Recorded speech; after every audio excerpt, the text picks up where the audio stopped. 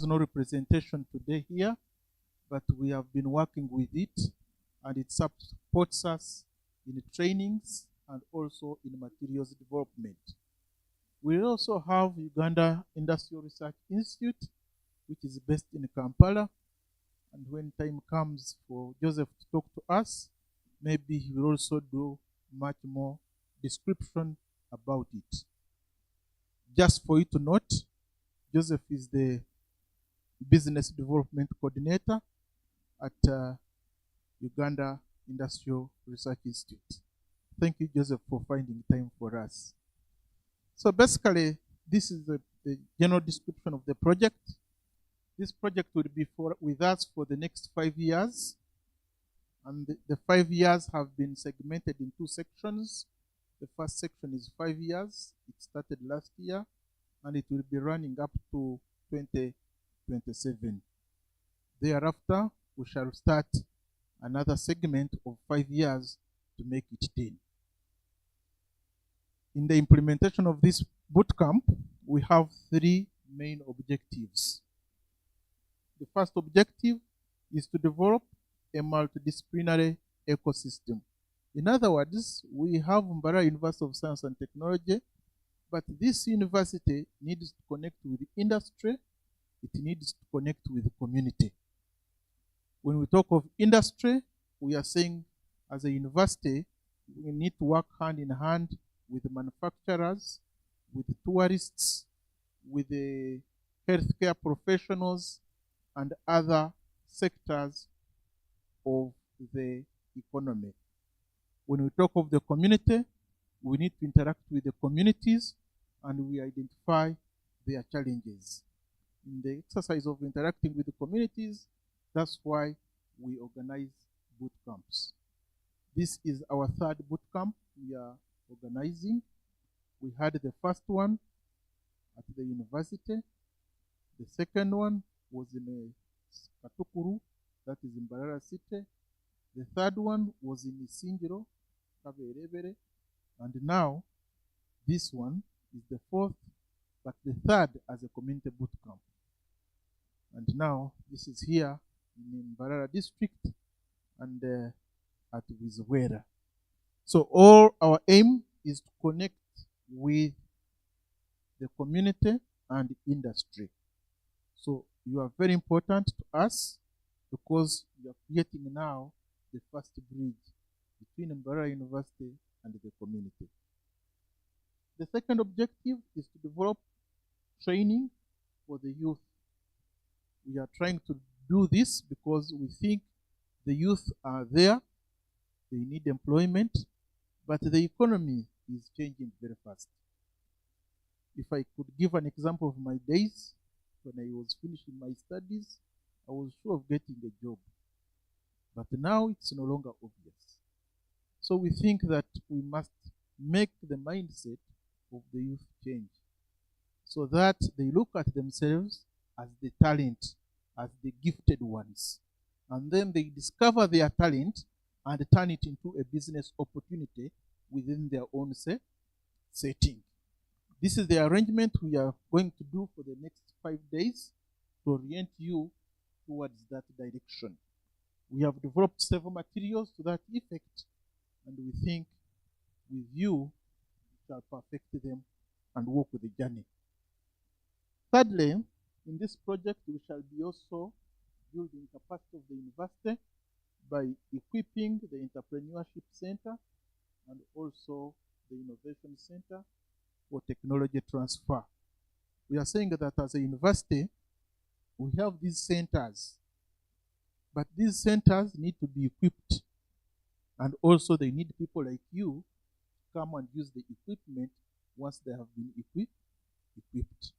So these are the 3 core objectives, and down there we have 2 major desired changes.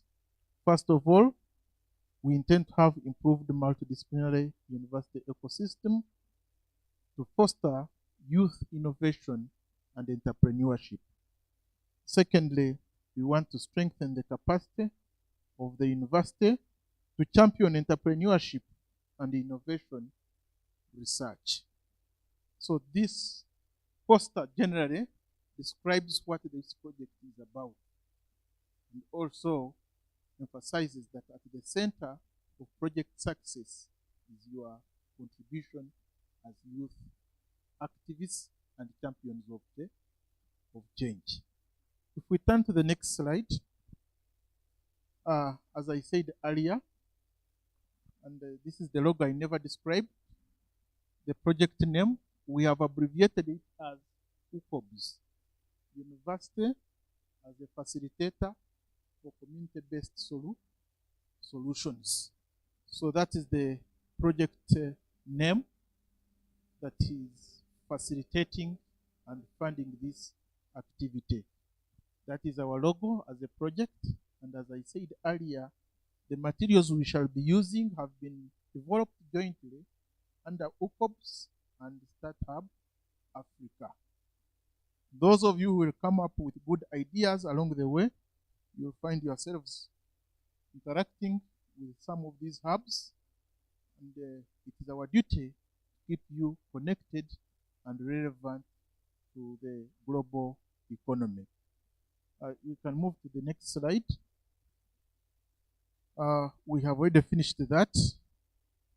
Now, these are the overall objectives that we intend to accomplish in this boot camp. First of all, we expect that you will demonstrate the confidence to become entrepreneurs yourselves. Who among you doesn't want to be an entrepreneur? Who doesn't want? Okay, who wants? Who wants to be an entrepreneur? So which means you already know entrepreneurship. Okay? Secondly, we want learners to apply the principles of a good business idea. We are going to be introduced to these principles, but we want you to start applying those principles. Thirdly, we will be exposing the learners to successful local businesses. So we intend to introduce to you successful business people within Mbarara district and Mbarara city, and they will share their experience. We shall introduce them to you because they are going to be your coaches during this journey that you are starting with us. Fourthly, learners will be able to identify good business opportunities through design thinking. So we shall be introducing design thinking as a method of work in this training, and therefore we expect you to pick up that method of thinking and doing, and it should be able to give you the competence to identify opportunities around you that you can take advantage of. Lastly, we expect you to practice what you have learned, and we shall be using the Lean Canvas model, which you will also be introduced to during this session. As I said earlier, it is going to be a 5-day intensive exercise, and that's why we need your commitment.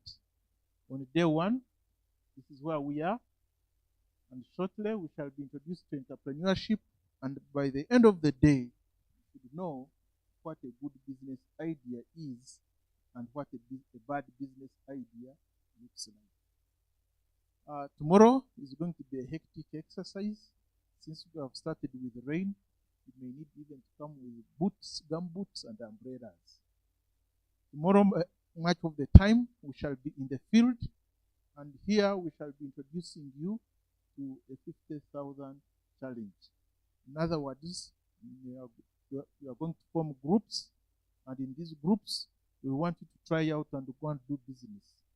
We are giving you capital, and we expect you to come back at the end of the day with the profits.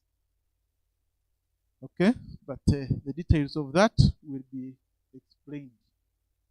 Before you do the exercise, we want you to be conversant with the financials so that you know how revenues are handled and expenses. On day 3, we shall be introduced to design thinking as a method of work to start businesses. And this will be an intensive exercise that also will involve field activities, whereby you have to conduct researches because you have to rely on data to make decisions. On day 5, we shall be introduced to this model of lean canvas, whereby we plan our businesses in a lean way, and then we shall also be introduced to the financials. It's on this day 5 that also assessments will be conducted. We expect to be presenting before a panel of judges our business ideas, and these business ideas that win will also be given a prize. The winning business ideas will be given a prize. Similarly here, the winners who will make more money will also get their prizes. So in other words, the rewards in this project are result-based. So we expect you to do that. By the close of this 5th day, we should have preparations and roadmaps to enter the second phase of the project implementation. And that's what we are calling entrepreneurship development level 2. Here, your business ideas will be turned into actual businesses. We want to support you to move to this level. But to reach here, you must move through all these stages. So, tentatively, this is the journey we are going to walk together. And during this exercise and throughout the project, remember that our number 1 principle during the training is teamwork. So we need to be team players, and shortly you'll be given the reason why we need you to be team players. You cannot be an entrepreneur when you are a loner. We shall also emphasize the principle of learning by doing. That's why maybe we started with the power pose exercise to introduce ourselves. Okay. We shall also have a lot of case studies. We shall also have videos to keep the whole sitting here lively. But most importantly, we want you to think big. Don't think in terms of Bwizibwera. Think of what you can get out of Bwizibwera, and it is sold in Sudan, and it is sold in Europe. We want you to think big. Great entrepreneurs think big. Lastly, but not least, one of the core principles we shall be focusing on is soul searching. You need to understand who you are and where you are. Above all, where are you coming from? So there is a lot of soul searching that is involved in this training, and therefore you will find it here. Our methods of training are 2. 1 is design thinking, as I said earlier, and 2, it is experiential learning. So much as you may be writing, but most of the work or most of the activities will be practical rather than classroom based. I think you can move back a bit, but we need to agree on the ground rules. Since you are the participants here, what should be the rules guiding us as a team? Maybe by show of hands, you can tell us what should be our working rules during this workshop. Remember, we want to stay focused. We want to love what we are doing, and we don't want much disruptions during the training. So what do you propose, do you recommend to be the ground rules that we should follow? Yes, Isaac, I already know you now at least. Time management is already captured, fine. So you are saying that punctuality should be important. Tomorrow morning, if we are starting at 8:30, we the facilitators should be here, and you as trainees, you also should be here. We have many sessions, so we have to check our time. We have meals. Our meals should also come in time. Any other ground rule?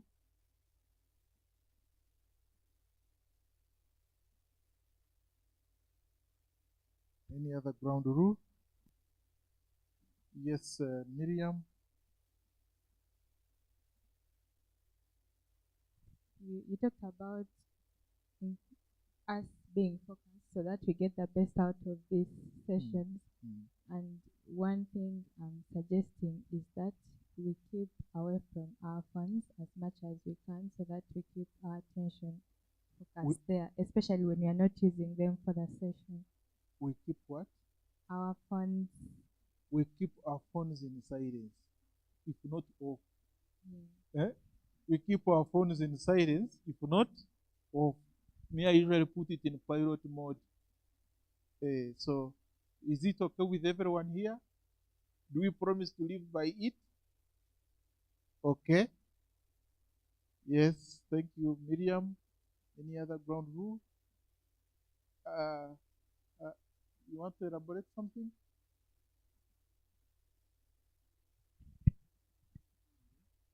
Maybe we finish the ground rules and then you ask. Okay. So. Thank you. Unnecessary movements.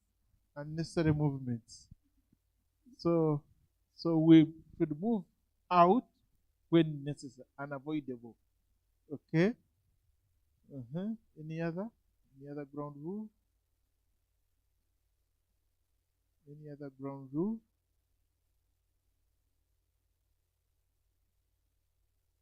Hey, we are getting few ground rules from you.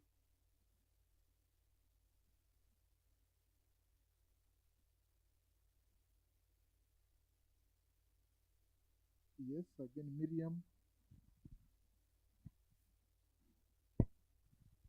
I'm also suggesting reciprocal communication so that we all have audience for each other, not among ourselves but communication what?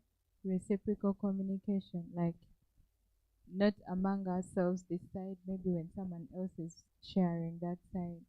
Okay. So she's suggesting we should have communication two-way, reciprocal communication.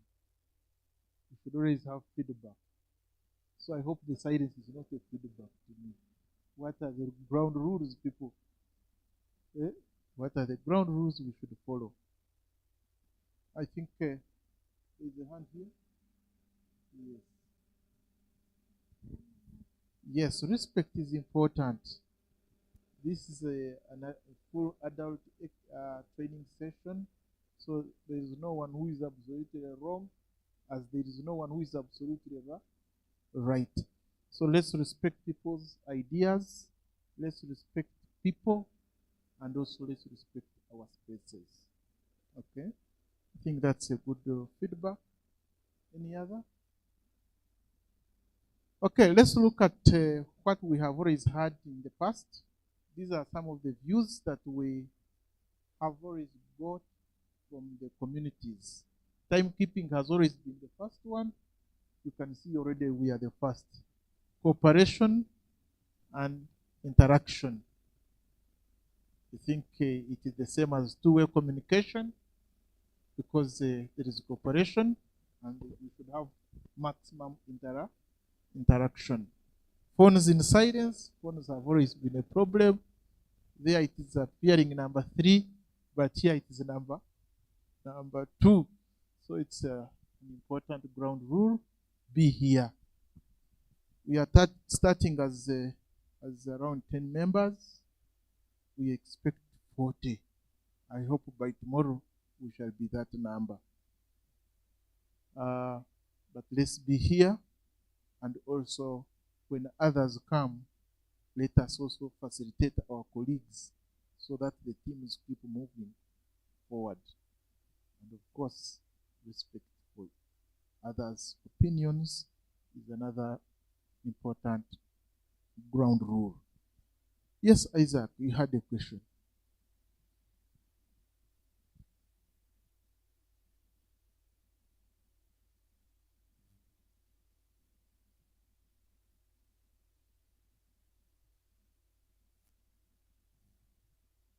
Expectations. So So let's have a chat for expectations and we get your views. Okay? Let's get a chat, a flip chat there, and we get your views. Isaac expects, yes?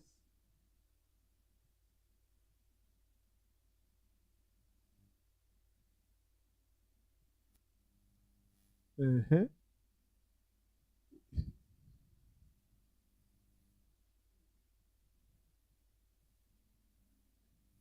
By the way, dancing works. And please, if I am caught breaking the rule, remind me, I will dance. Okay? Do we agree that we dance, Dr. Sarah? Uh-huh. Uh,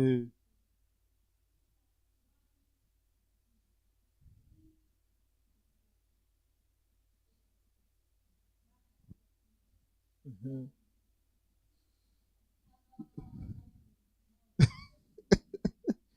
Okay?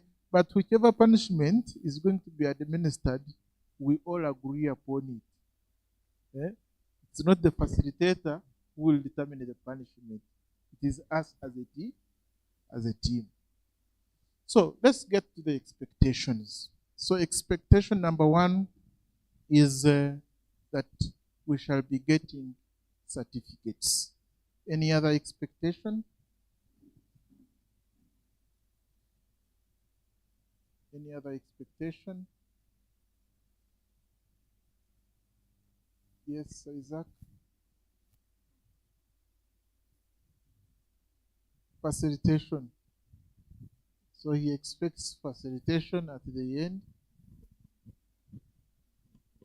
because they already am facilitating.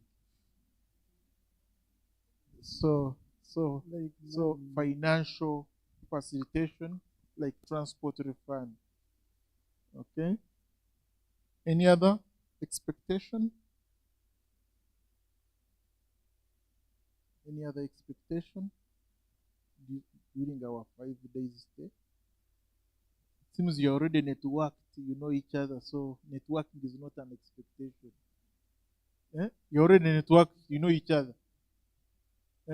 But by virtue that I know you, and if we can continue interacting, that to me my expectation is networking. Any other?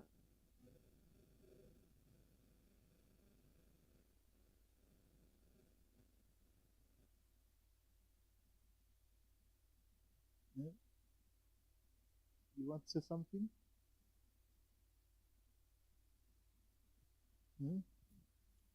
Yes, Miriam.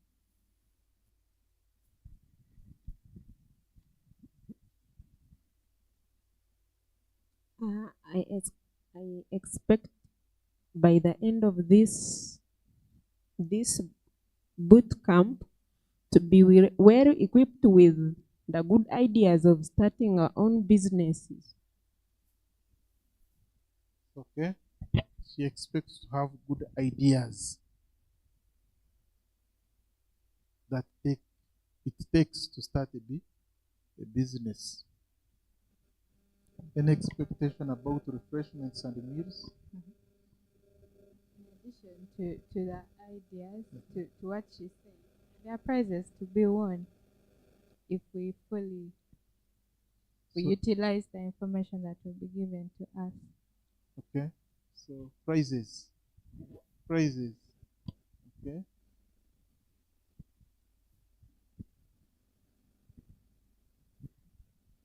I expect some businesses to start from this training. So we expect businesses. Facilitation at our where we work from. Wow. We would like you to come and facilitate us at our business. Okay. So they expect. Then another thing, before we proceed, some of us have been sent here by our bosses or managers. So I request that in case of an important call, I will need an excuse.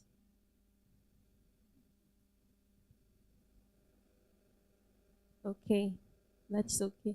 Okay. Isaac again. I also think for us who has already business in progress, I also think to have starting capital after our workshop. Okay. Okay. So you can see expectations, they grow with time. So we may not exhaust them, and I will promise that we will need to rank ourselves at the end, whether we have reached our expectations or not. Remember that this project and this training has specific objectives. So some of the expectations fit within those objectives, and other expectations do not. To be precise, financial facilitations will not be provided because they are not part of the project design.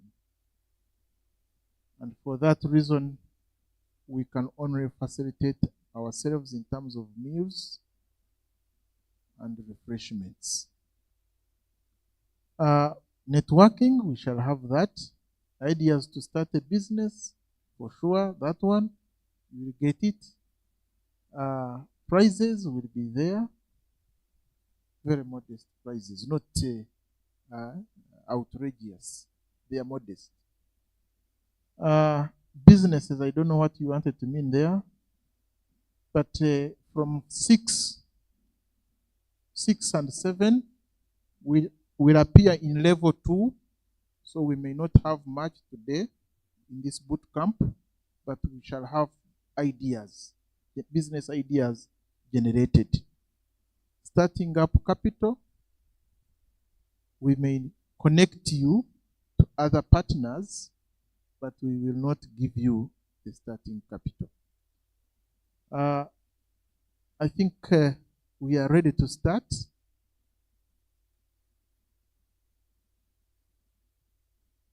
Do you think we have time? I think let's continue. Let's continue.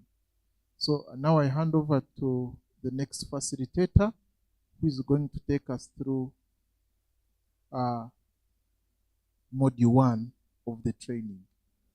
Welcome, Prudence.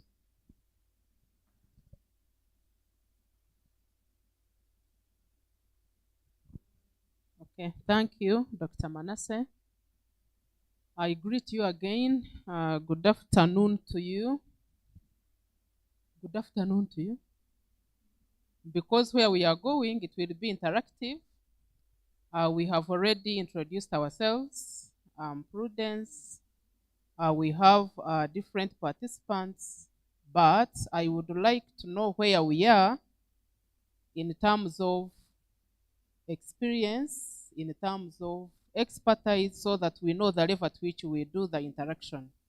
So do we have anyone who has a business already? Anyone who has a business?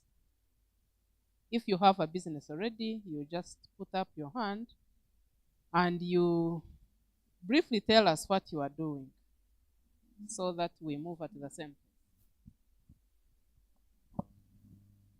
I have a grocery and mobile money.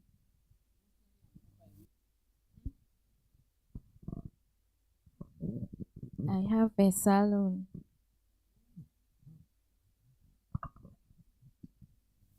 Take and the mobile money. I'm a farmer keeping animals, specifically bull fattening.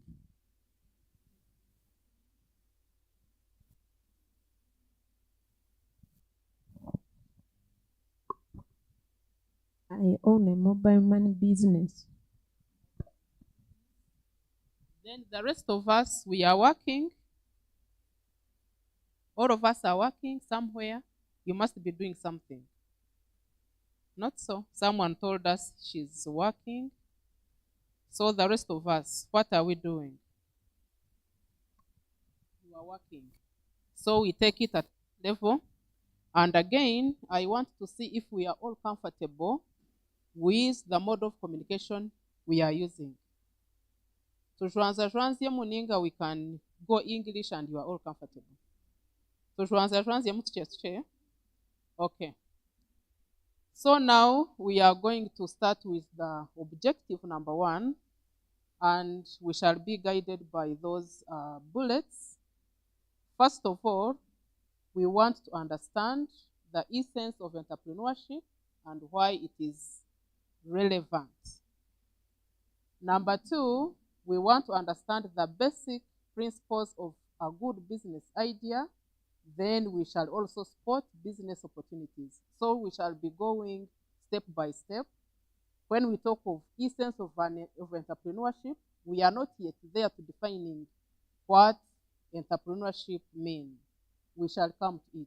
But as we move down, we need to understand what is entrepreneurship, who is an entrepreneur, what are the skills that a good entrepreneur must have.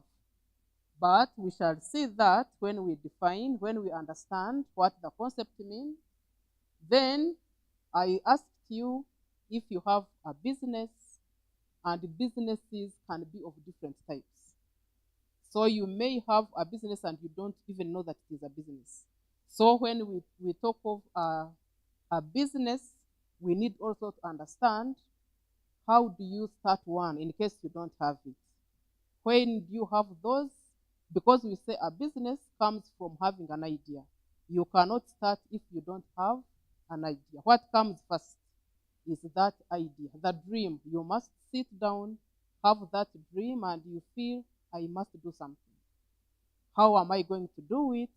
Do I have the capital that we are talking about? Where am I going to sell my idea? Because you need a business that will go somewhere and people like it and buy it. So we shall be looking at those different principles. What can guide you to have that good business idea, to make sure that when you start there, you don't start today and tomorrow your business is closed. So beef, maybe bull fattening. If you bring your bulls today, ukazuguza, you fatten them and you sell them like after 6 months, that will not be what? Good business. You need to buy bulls, you fatten, you sell, and then you even increase on the number. If you started with 5, next year we that is what we call business growth. So we shall need to have knowledge about what helps you have a good business idea so that you stay in business. And then how do you spot business opportunities? What can you do there? What can tell you that this is an opportunity? Because in an opportunity to you, like we were in COVID last year, but one. It was a very big challenge, but to business people, business ideas.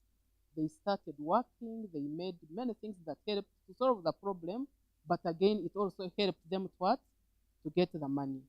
So when we are here, we may not give you the capital in cash, but we give you the skills that will help you get the capital that you need. Capital jotokuza kujibona wajifuno tine the idea or tine the skills to use that money. Still, they will give it to you today. Tomorrow, you will not have the what?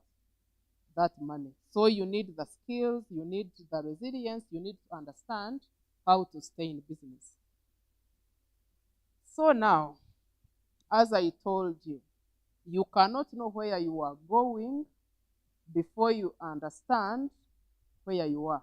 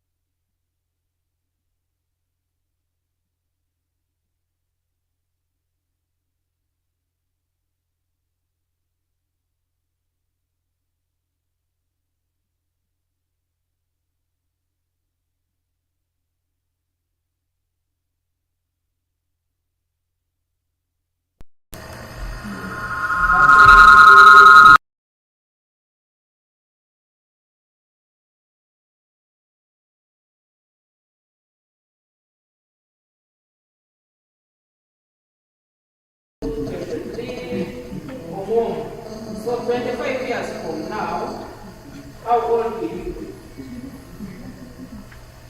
You will be 50, not so. If you are 25 now. So in miaka makumi ya tano, it is not a cup of tea. You will be an old woman, you will be an old man. So how do you look at Uganda from now? Excuse me a bit.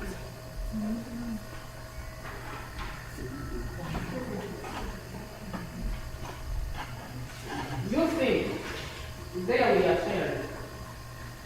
Uganda miaka miaka hiyo mission is of connection according to you. How do you, they told you we want you to think big. So in thinking big, you have to not to look at what you are seeing now. Just Bwizibwera, tomorrow, etc. You are looking at Uganda now.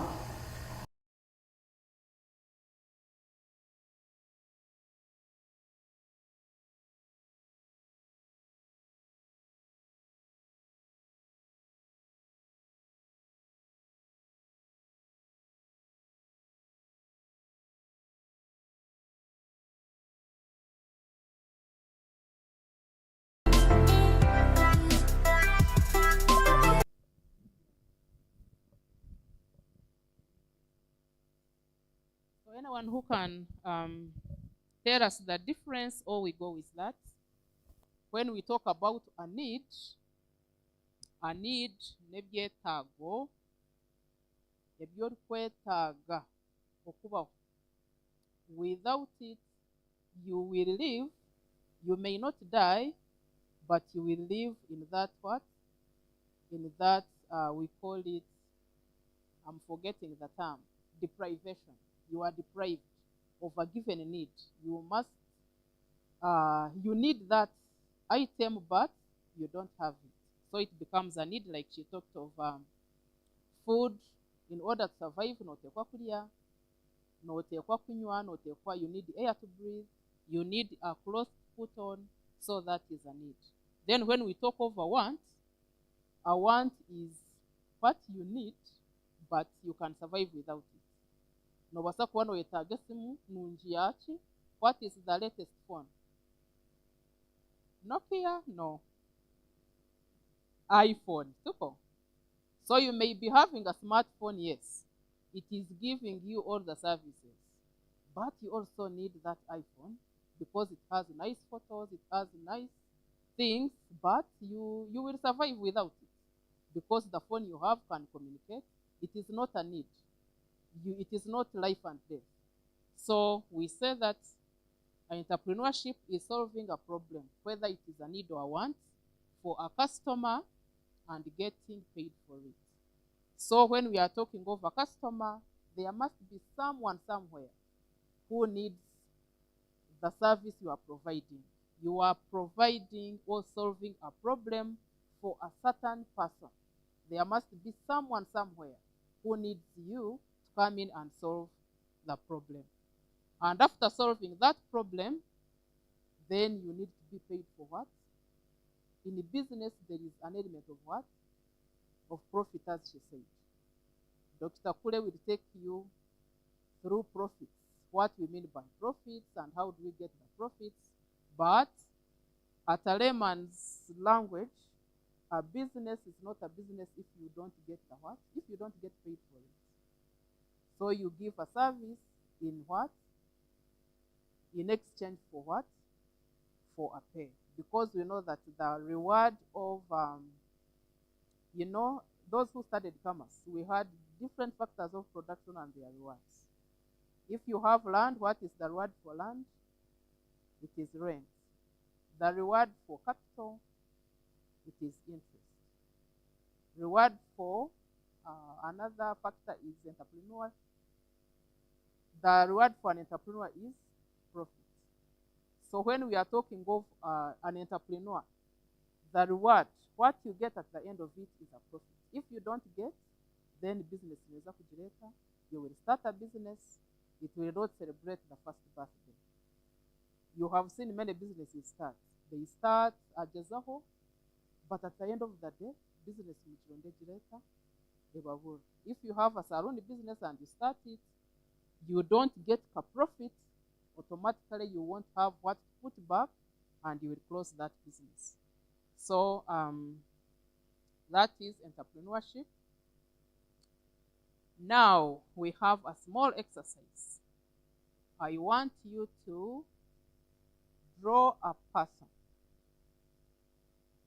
that represents the relevant skills of an enterprising person. Twareba entrepreneurship niki. An entrepreneur niwo omuntu aliyo nakora business to earn a profit and to solve other customers' problems. So according to you, in your mental picture, skills ez'omuntu ogwo ashemereire kuba aine to solve people's problems and remain in the business and earn a profit. According to you, ashemereire kuba nashana. So get a piece of paper, get what to draw with, or drawing omuntu ogwe na skills ezashemereire kuba aine, but in a picture. Oba ashemereire kuba aine omutwe muhango, oba ashemereire kuba aine emikono miringwa, oba amaguru mahango. So you look at what you think an enterprising person should be, but using a what? Using a picture. Let's do that in the next 5 minutes.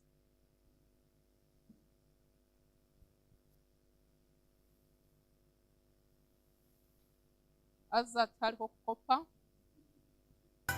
draw your own mental imagination. Draw your own thing. Aho kwa noza kutushoborera ekyo kumanyisa. If someone has a long nose, what does that stand for? Asa nikikwera wano manya business eriyo noteekateka. Omuntu yaba naza kuba omuhingi murungi, ashemereire kuba ari ata, according to you.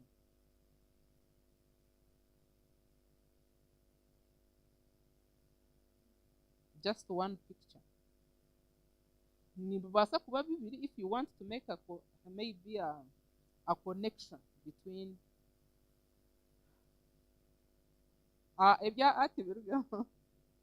we are not giving you marks. We just want to say.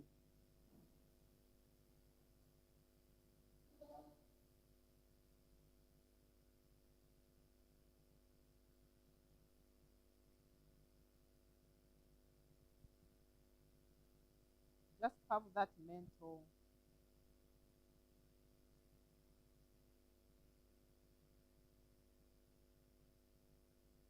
Oyine saloni yawe, omuntu okukora omusaloni ashemereire kuba nagira ata nashaka. Saloni nungi niwe gukora azemu buri waje I must what? I must use this person. Yaba ari shopkeeper or shopkeeper ashemereire kuba ari ata. So draw something.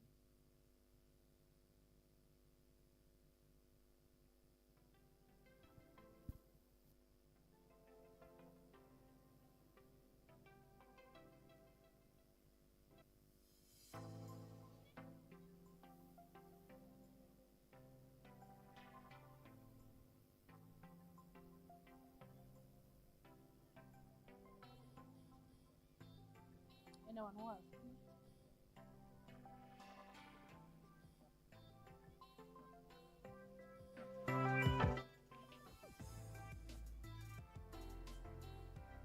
Then a mother for the and the thing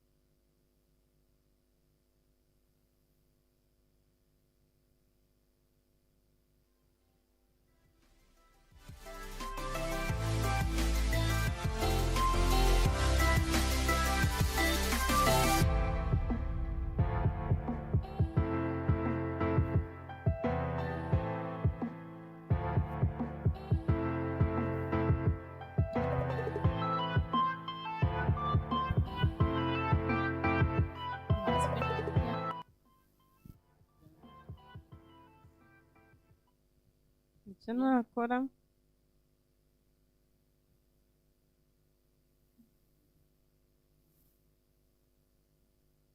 niyo cyanje natera omubazizi aine kuba ainemu ekiharani ainemu emyenda n'ebyokuba nabaziira nk'ebitengye n'ebindi materials ezikuba nizeetagisa. This one is ya drawing a tailor na equipment yashemerire kuba ine muri raw materials zo kukora na n'omubazizi hariho ari smart aine akashaho na n'ekiharani kiriho aho, so that is very smart. Katuzo wa Sarah, she explains that what she means. Okay, so this is my entrepreneur. This woman has very long ears. This is a woman, definitely. Her ears are listening ears. She knows when to listen to the customer. What is the customer saying? What is the customer not saying? This woman has big eyes. She's alert. Like, she's also very assertive. See the eyes? And her smile. Can you see her smile? Her smile means she's very enthusiastic. Yeah? And if she were to actually be a part of this project or this training, she'll be here at 7. Wonderful. Francis also has drawing. Yes, what I've drawn is a person with a big head to represent that an entrepreneur must think big or reason critically, turn challenges into opportunities. Entrepreneur must think big. Dr. Head Zeje, who has finished, akatusharingira. Someone else who has finished. We shall need like 2 more people to share.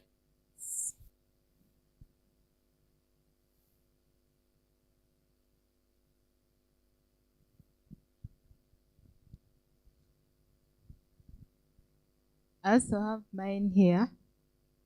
It's small, but there are 2 people. And being 2 people means that as an entrepreneur, you don't live as an island. You need people around you.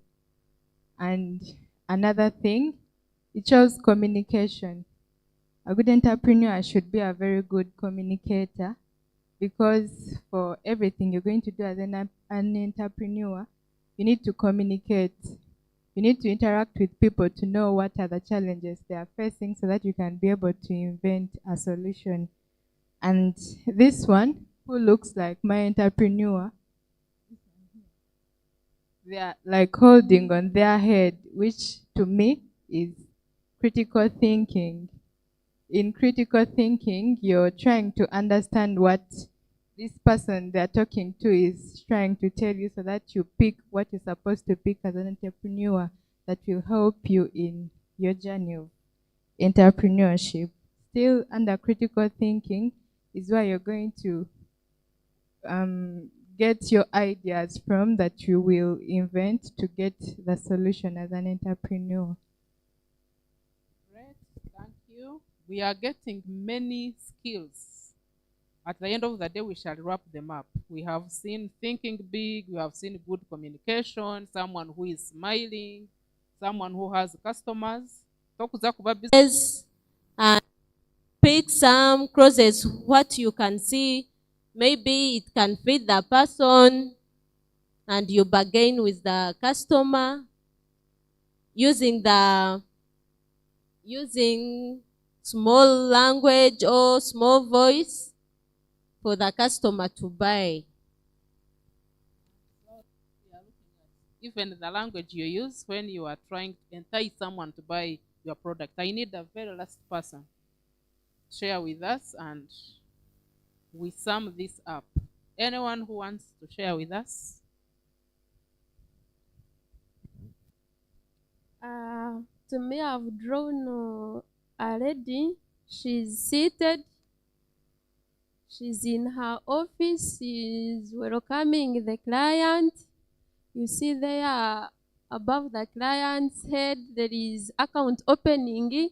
So she's trying to explain to him that account opening is for 30,000, then subscription fee yearly 10,000. So that's what I've managed to do. So she has taken us to opening an account, and someone is giving that service. So in all, we have at least identified the key skills a good entrepreneur should have. Should we brainstorm them? Number one, key skills an enterprising person should have. We have already talked about them in our drawing. One is Customer care. customer care, Creative. creativity. Any other skill?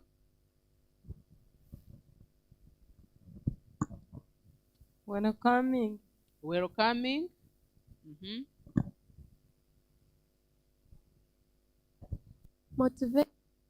Motivation. Thinking big.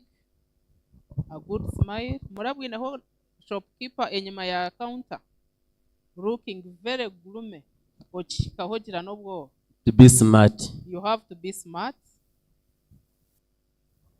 Oratembere boda boda y'omuntu atanabire. Ninga shire nk'ekikooti kitogize. Wotakayikiraho kuza, you will feel what? You feel like, should I get off this border? So smartness and cleanliness also matter in many businesses. So are you an enterprising person? Imabajang in a business is looking at those different skills. Do you fit in? No yerebo in the skills ezo. Are you welcoming? If customers come to your business, do you welcome them to come and buy? Ninga no jirota no babinjira muryango by how you are looking at them. Abantu in attitude. You have seen people with attitude. When you reach there, you feel like, I should what? I should not enter this shop. Let me go and enter another shop because someone is not what? Is not having the to make him an enterprising person.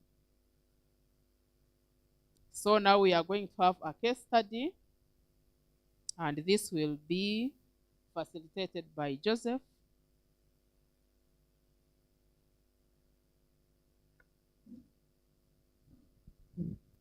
Thank you very much, Dr. Prudence.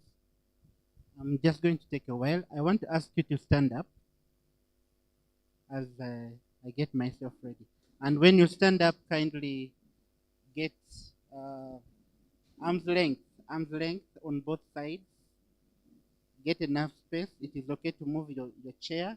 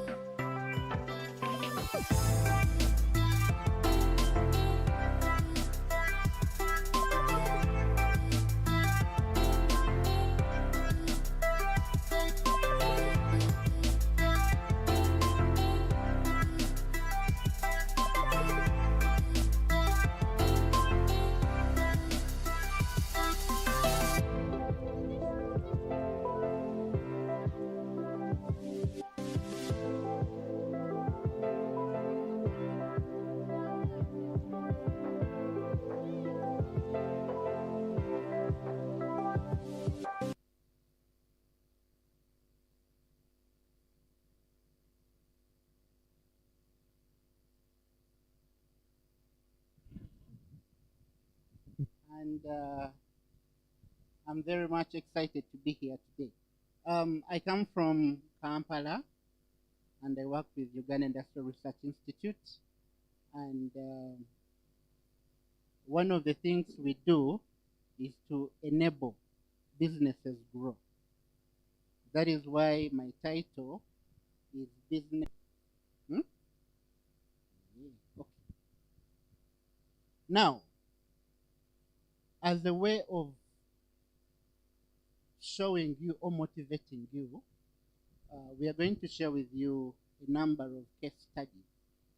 There are so many Ugandans in this country. Some of them are here in Mbarara. You're going to meet them, who are doing wonderful things.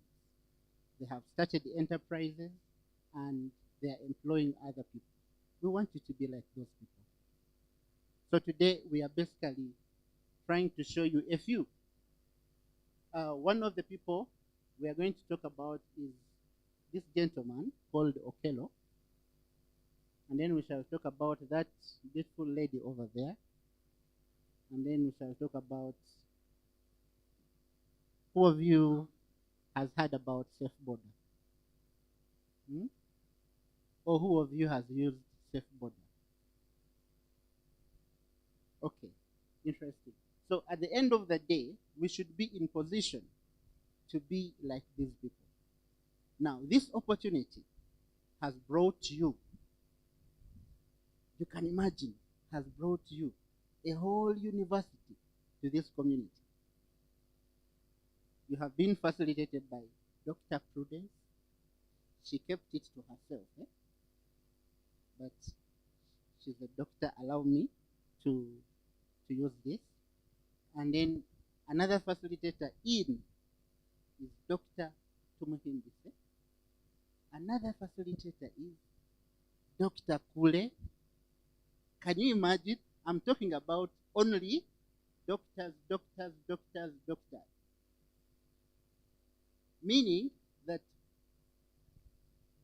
for you to be able to meet them, you would actually be required to be studying at Mbarara University or any other university where they teach. But because of this project, they have come down to the community. Are we together? So this is a great opportunity that I don't want you to misuse or to take for granted. These people are here, or we are here. I've mentioned a few. We are here to do what? To share information with you that is going to transform your lives. If you are attentive, you will be transformed. And tomorrow, you're going to be the person that is employing others. Are we together? So we are going to watch a short video of a young man, someone who goes to the garden without a hoe. Okay? If you don't have a book, kindly raise up your hand. We shall give you a paper. Because as you listen to this video, I want you to make some notes. What are you learning from this video? It is a very short video. And then we shall proceed. Everyone is ready?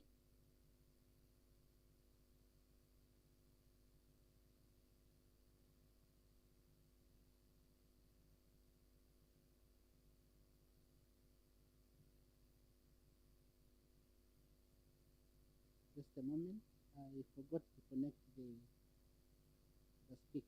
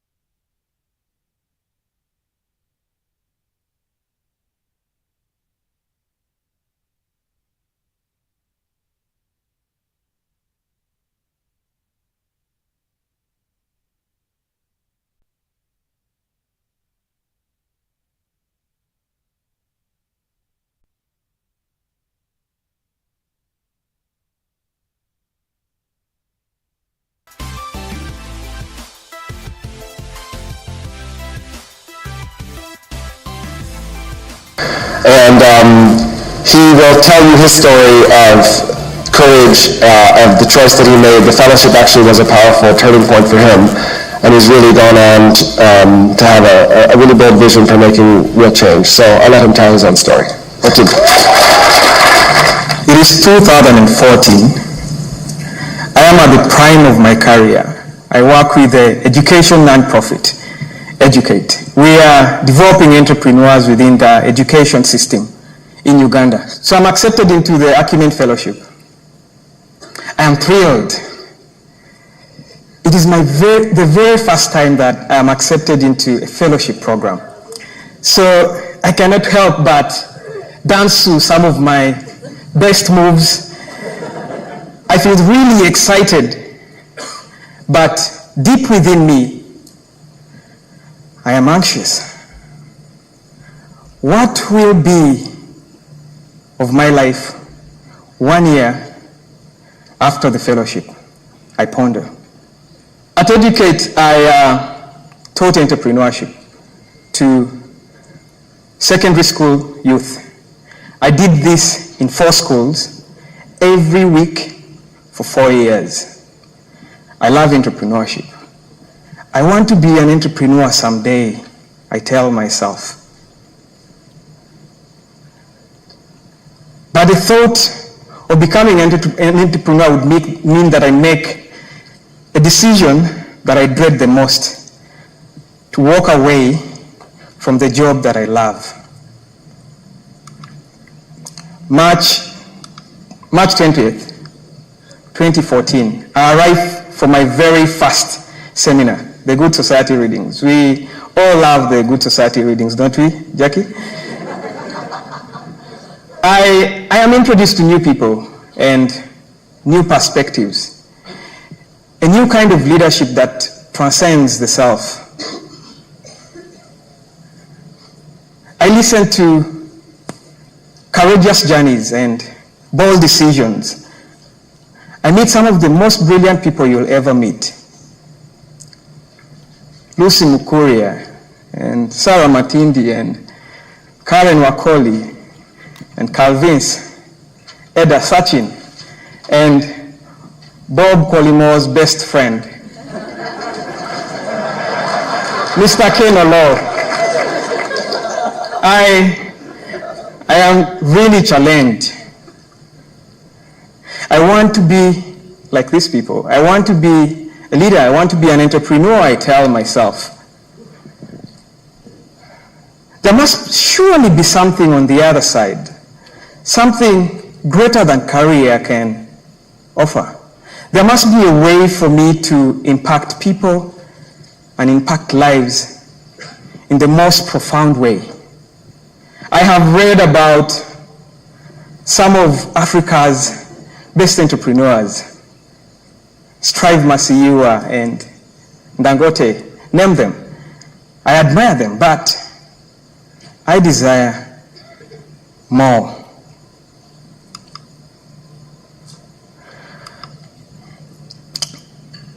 So the Acumen Fellows Program was really a turning point in my life.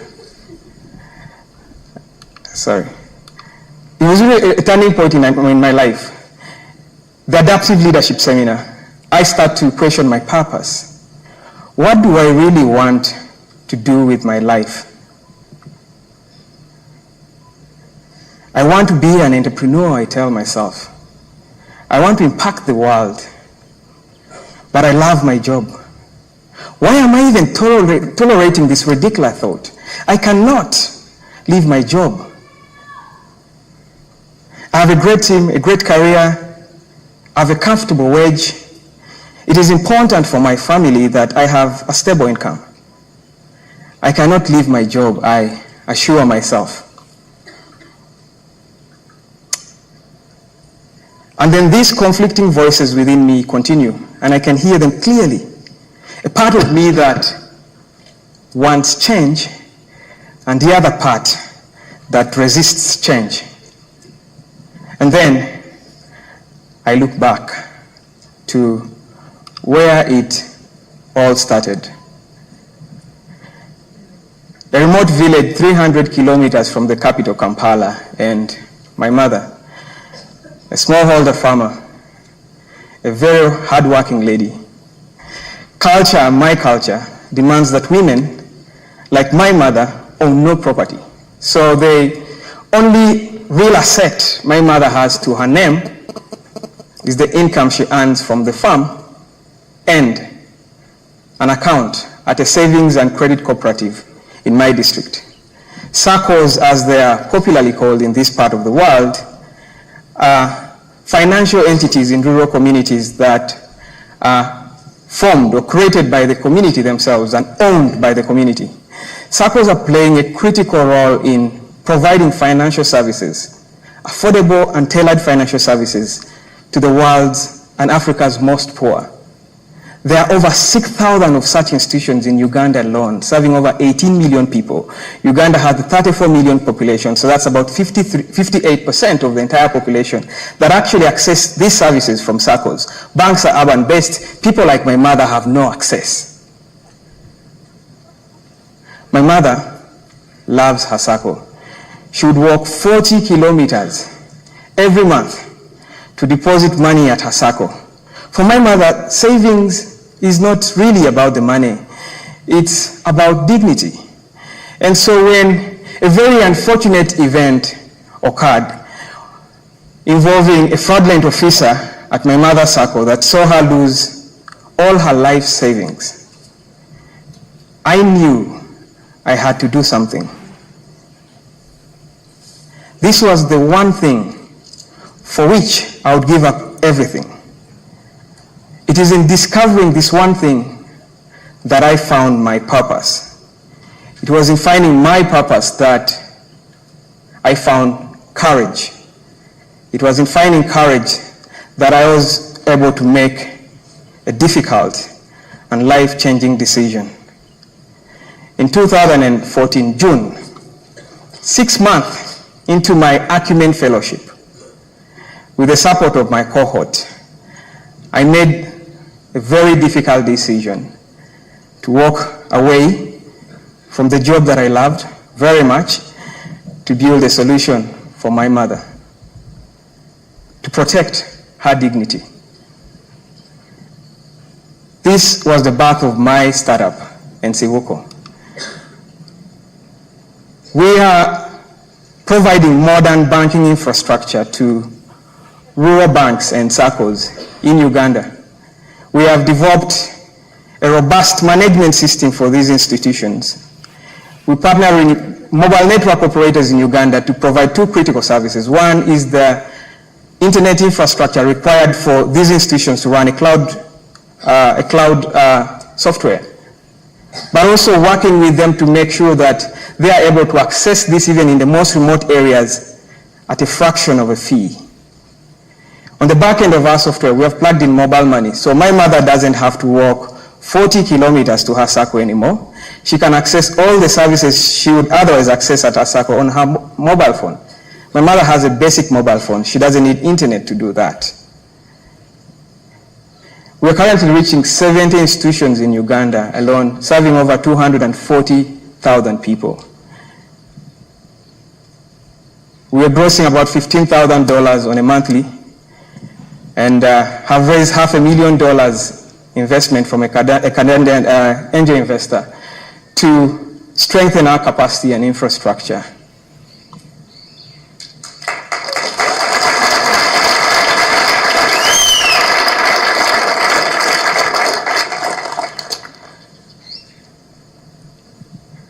The ultimate test for our product was, would my mother use it?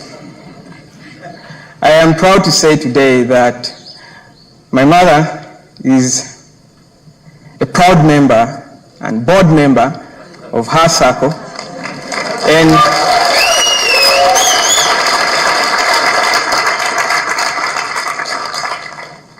she and 3,000 other people that are part of her SACCO are enjoying the convenience, affordability, and security that our platform is providing.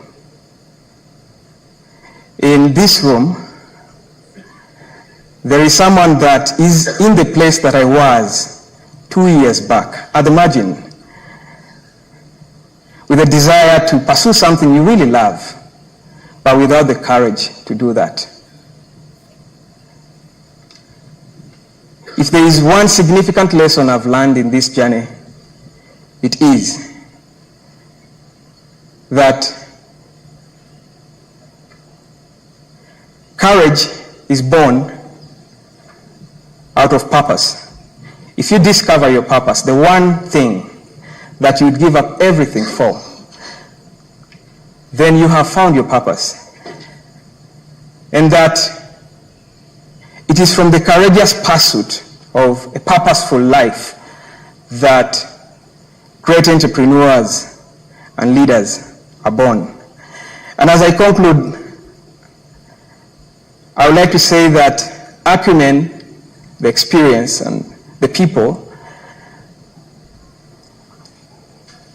has been the single most important thing that ever happened to me in my entire career life. And I will stay indebted to the values and support that the acumen community has invested in me, and that the price that I will pay will be the millions of other lives of unbanked people that will help transform. We have just this week, as I was here, my co-founder sent me an email and said we have signed our first franchise in Zambia, which means that we'll be able to transfer the same value that we are doing in Uganda to the people in Zambia. And next week, after this workshop, I am also traveling to Ghana to speak with a Ghanaian partner about a similar arrangement. We believe that technology opens boundaries. It opens ways for people's lives to be transformed. And we want to contribute to that process. And thank you for being part of that journey with us. Thank you.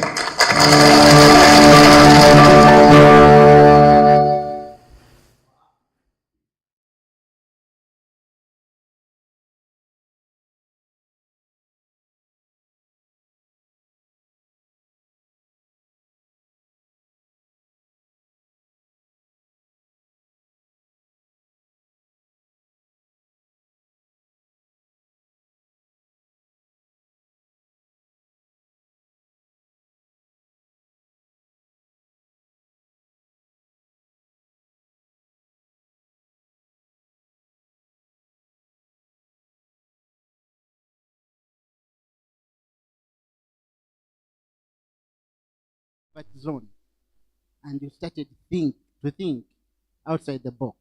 Okay?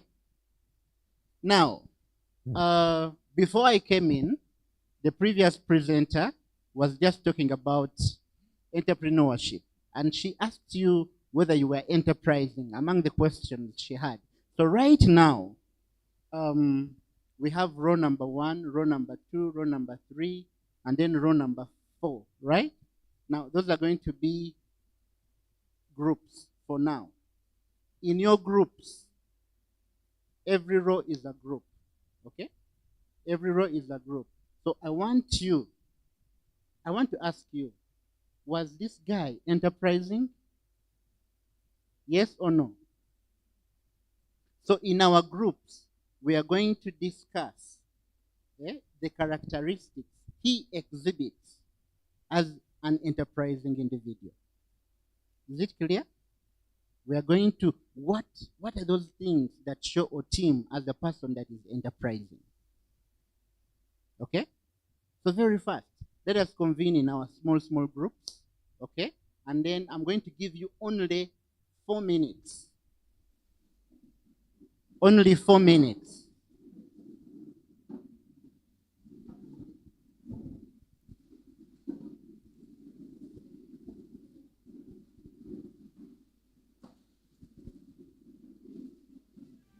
So in your group, I expect to have a a secretary who will be noting down what you people are discussing. Okay?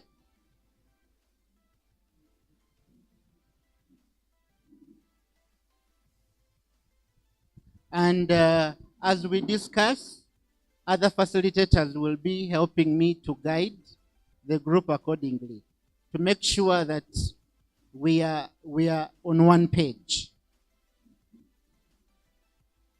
To make sure that we are on one page.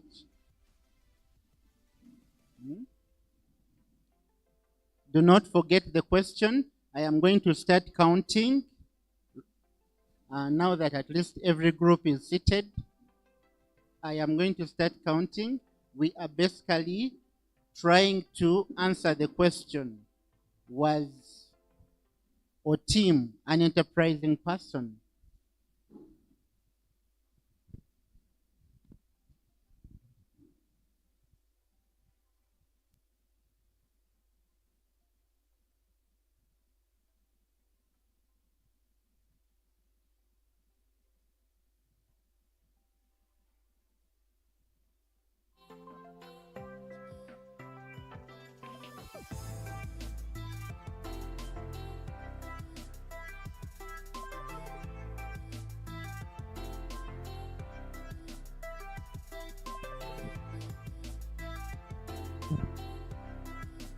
So after the 4 minutes,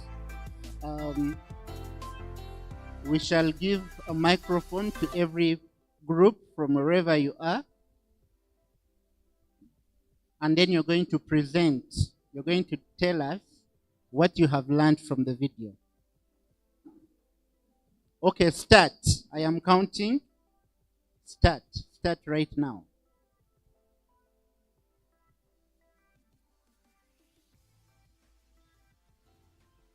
What are those aspects you have identified that make Mr. Otim an enterprising individual?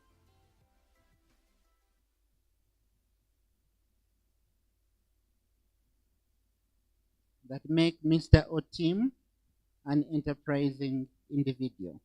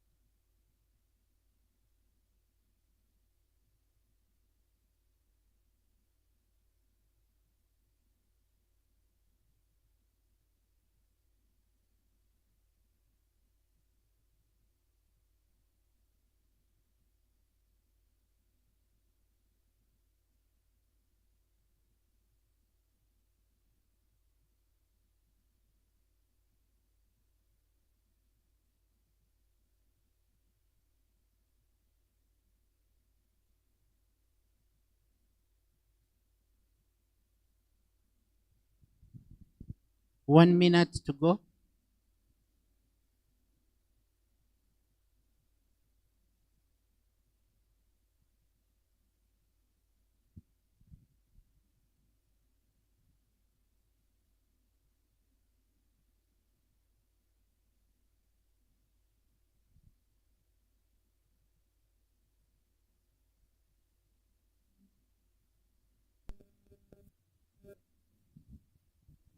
So in 1 minute, we don't have too much time. Right there, you stay right there.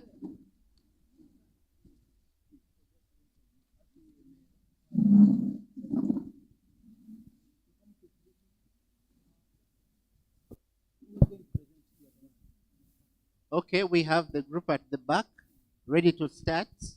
So here, first of all, we have respect for the business. How can I respect my business? Assume I'm a tailor. When my customer comes, I need to give him or her a respect over if she's old or young. If you don't respect, I will not come back. The second point is smartness or attitude. I may be smart, I like the way I'm dressing, but in my mind, I'm not smart. You need to be smart in your brain. Number 2, creativity. How will I create my job so that all people can admire it?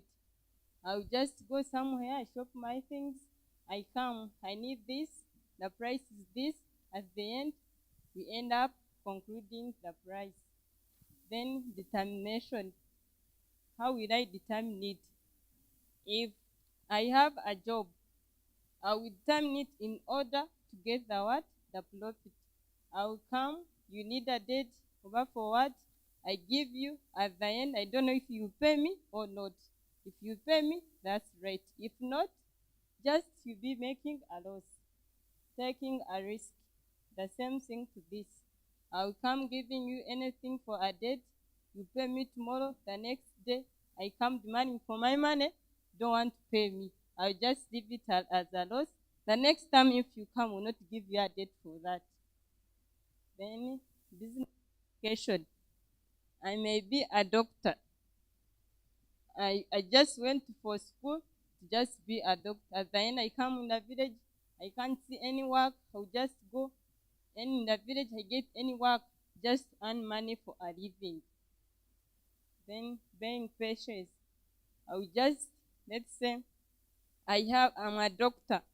I will not go panicking looking for a job.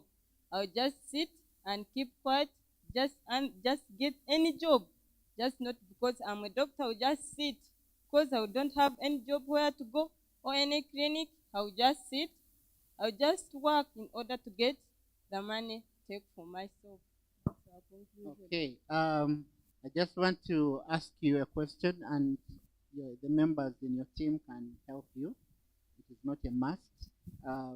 How do you relate those points to the gentleman we watched on the video?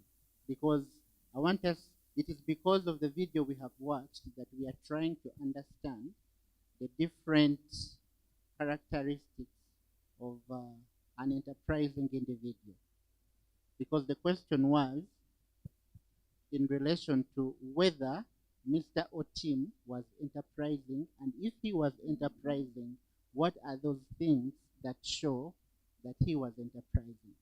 You mentioned some of them in there, but how do you relate them to the video?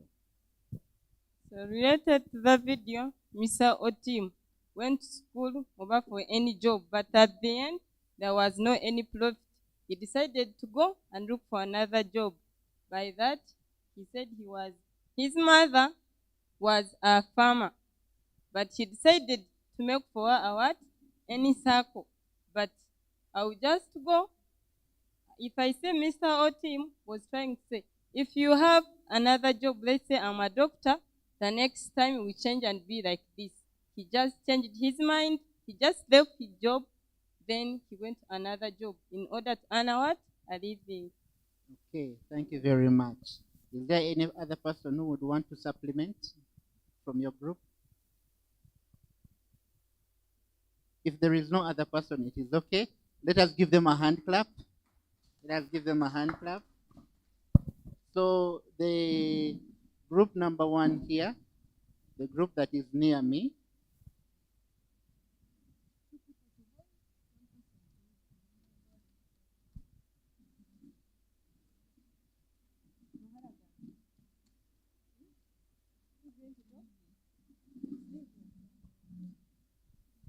discuss in relation to the video we have watched.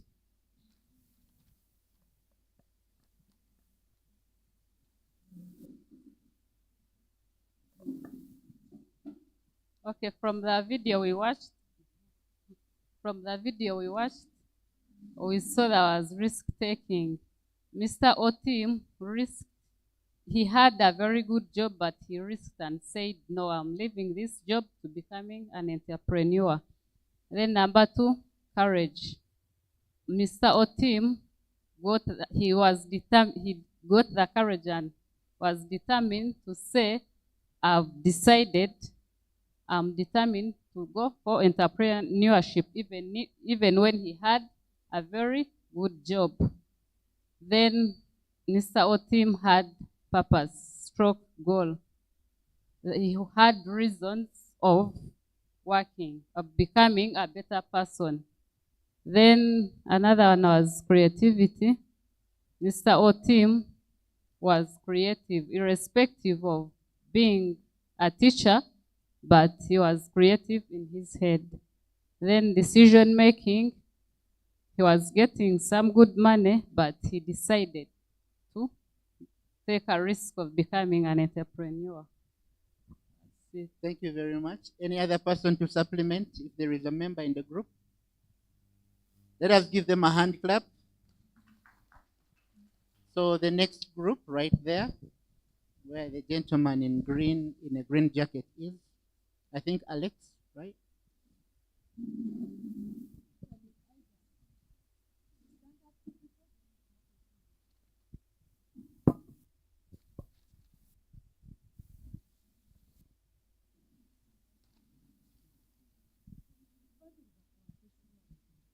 Now that you people are in the middle, you can stand on the other side.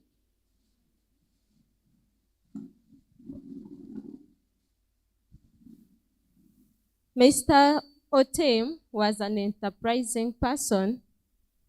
He took risks to leave his job, to work with her mom, yet he had the job and decided to take the risk whether there is profits or not. So Mr. Otim, he was an enterprising person. And Mr. Otim, he made the decision making. He decided to leave the job, to participate with her mom, yet he didn't know that they are going to make it. So as an enterprising person, you have to make your decision. Mr. Tim was courageous about what he was going to do because he was very determined. He was very determined to join the mom and produce profits for the business. He was also confident. He also loved the job. Because when you're going to start anything, you first love it, then you produce the profits or the results. He was also an innovator.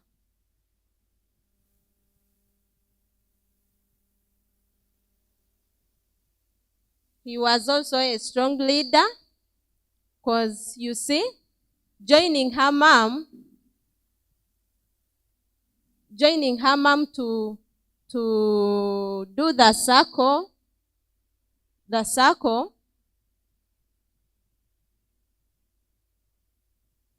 he had that leadership of producing something. He wanted also to impact the world using that technology. Yet the mom, he had this small phone and he didn't know about the technology things. So Mr. Tim, he decided to use internet. He also set the goals. Mr. Tim set the goals of what he was going to do. Thank you. Okay, a hand clap for the group. So lastly, the last group. The last group, kindly give them the microphone and let us hear from them. Yes, good afternoon. Good afternoon to you. And our question was from the video, what do we learn as characteristics of an entrepreneur? As from a team story. Number one, we saw courage, which courage we see from how a team had to change line from his career or his job to being an entrepreneur by the innovation that he did of Ensibuko. And then number two is critical thinking. We see this when the scenario of Otim's mom, from the circle scandal that left Otim's mom's finances get issues, that he had to save her and think about how best he could solve this and also solve the long journey problem that his mom had to make to go and make a saving. And he brings this innovation that would help her mom do the saving with convenience without moving long distances. Number two is identifying an opportunity, which we see from the challenge that happened to the mom's saving program, that when there was a challenge here, for him he saw an opportunity for him to develop that had been his dream to be an entrepreneur and start up this that was the innovation that he did of the saving up. And then another thing is risk taking. It takes courage. It took him courage to shift from what he had as a job to come and start up something new, because the other side, he was already okay. He had his job, which was well paying and could sustain him. But now he was going to start up something new where he had to quit his job. So it was a big risk that he had to take to start up this other new invention that he made. Another thing, we saw partnership. As an entrepreneur, to grow very well, you need to partner with other people elsewhere. Like we saw this when he was mentioning about how he was planning to go to Ghana and to other countries to make franchises with those other different people so that he can widen his scope of his invention or innovation. And then another thing we saw was willingness to learn. In his story, he saw where his story started from the, let me call it, workshop, where he used to go for those sessions and learn, and they kept triggering him to think and ask himself, what's his purpose? How can I do this? Until he had to make a final decision, which is just like what we are doing here. We've come to learn, and you never know, tomorrow we can also be the same. Another thing was decision making, which we've already seen in the change of his career to being an entrepreneur. And lastly is flexibility. I see flexibility in him changing from his job to being an entrepreneur, and also moving, him accepting or being free to move his entrepreneur skill or his innovation to another country, like we saw to Ghana and all the other different countries that he's willing to take them to. Yes, thank you. Okay, thank you very much, and a hand clap for the group.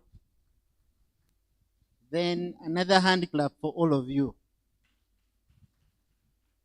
all of you have done a tremendous job, and I hope you can learn from this.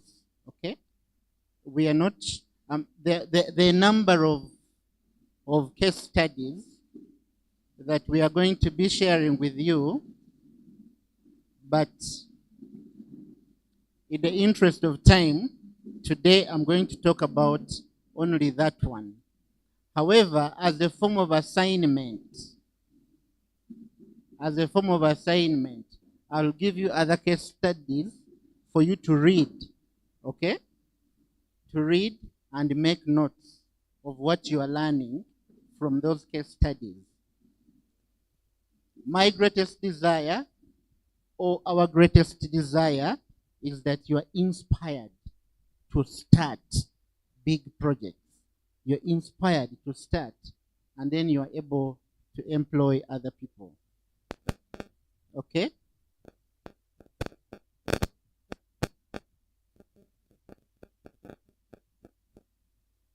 So there is a beautiful lady there called Belinda. Belinda is in the fashion world. Okay? We shall see, and then we shall also talk about safe border, and then how these innovations are impacting the country and how they are really, really making a difference. So we have already seen that video. Now I want to fast track the session. Right now, I want to talk about the criteria, the 4 criteria or criteria of a good business idea. How do you know that this business idea is good? We shall conclude this with opportunity searching, opportunity spotting. How do you spot an opportunity? Or team spotted an opportunity, okay?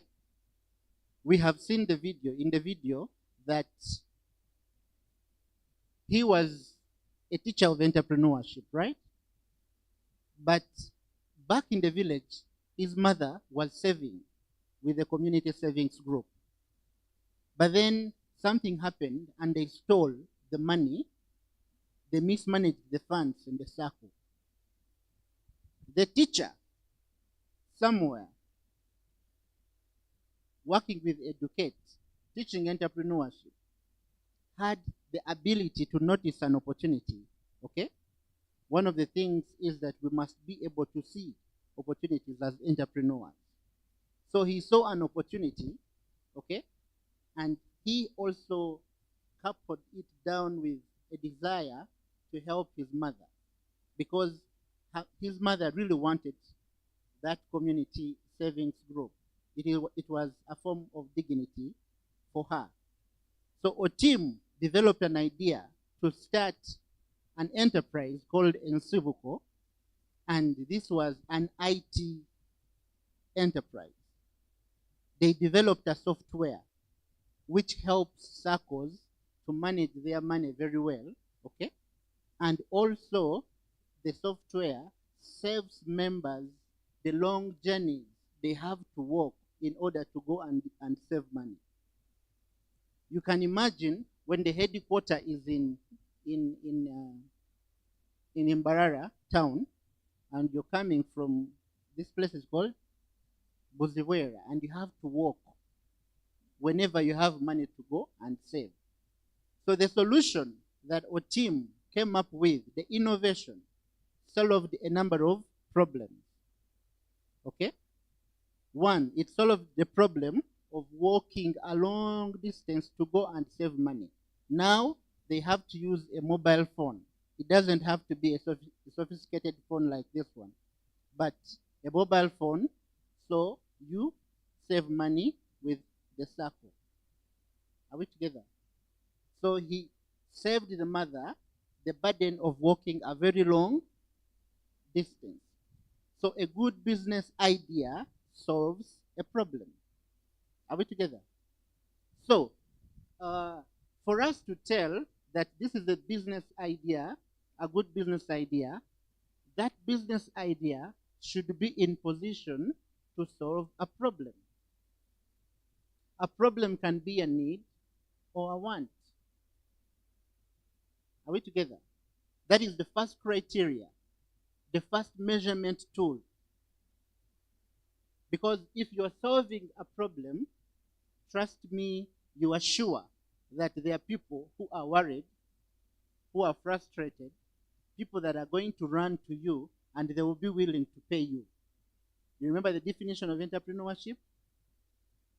They said there is an element of pay, okay? Making profit.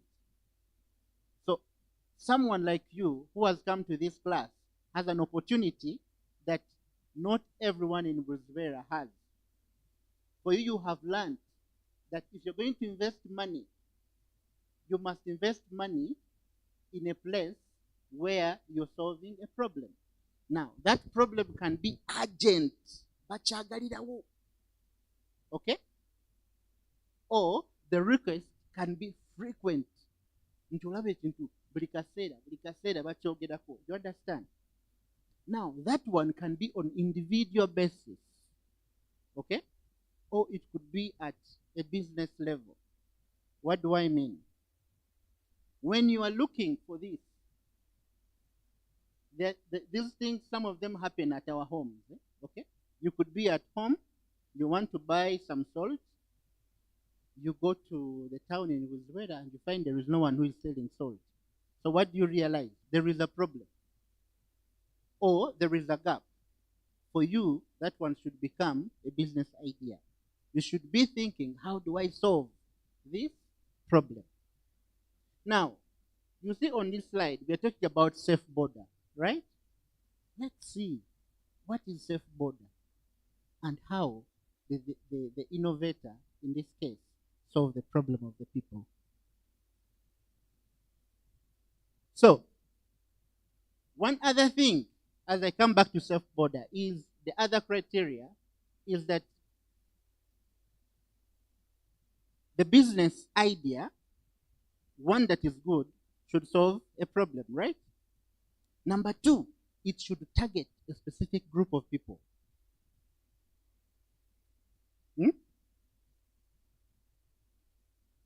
It is not, when you start something, in some cases, well, someone will say, everyone will come and buy from me. No. The best business idea should be targeting a specific group of people. And we shall see why when we come to talk about customer segmentation. Okay? So, number one, it should solve a problem. Number two, it should be for a specific group of people.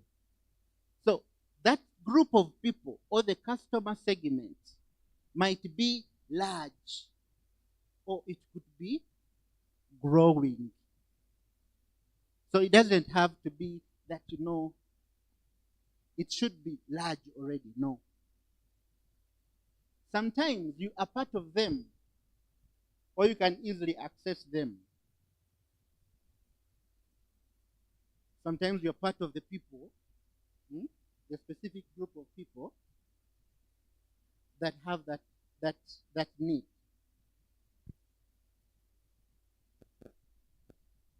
So, talking about customer segmentation. This is what I was saying, that a business normally never targets everyone, but has one or multiple specific customer segments. A segment, take a segment as a group. Okay? Now, some of you go to the market or go to shops. I just want to give you an example.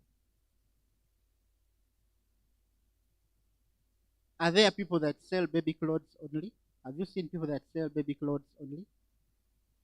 Overalls, have you seen that? Did you know that that is the customer segment that someone can target? Oli ayinza okusalawo n'agamba nti nze ngenda kutunda bugoye bw'abaana bwokka. Ate n'obw'abaana bulimu ebika. Abatera okutunda nga baliraanye amalwaliro. Batunda bugoye bw'aba newborn, abaakazaalibwa. Oli byamutabuseeko ne bimusimba nga tamanyi, n'adduka emisinde neerabira. engoye abakyala bayita mu mbeera eno bweti. Mutegeera Oluganda? Njagala tutambule ffenna. Ayinza okuba mukazi watte agenze mu katale oba waliwo gw'agenza okukyalira nga tamanyi nti ebisa bigenda kutandika omuluma.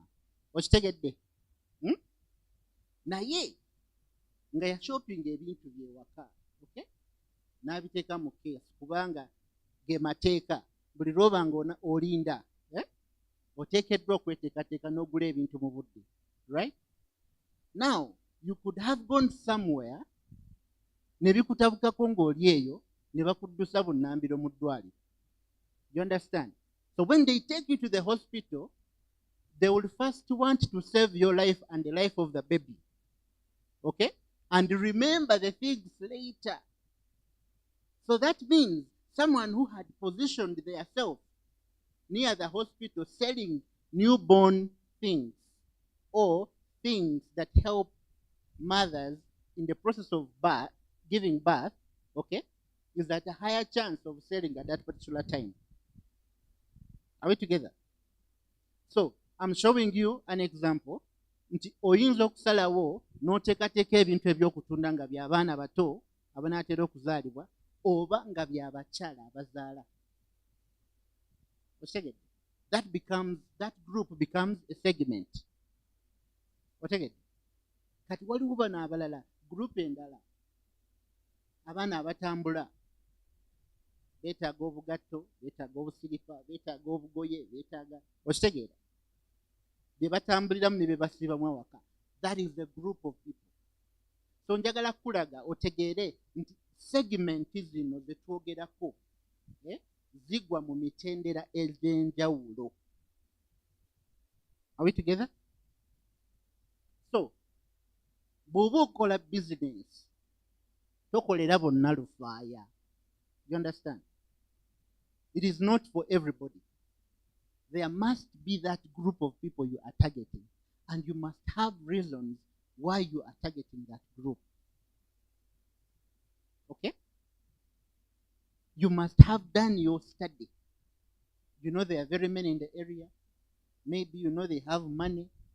Maybe you know they have nothing to do but to buy because no one else is there selling that thing. And so many other things that we shall have to discover. Now, a segment can be a B2B. This one stands for business to business. Selling to another business.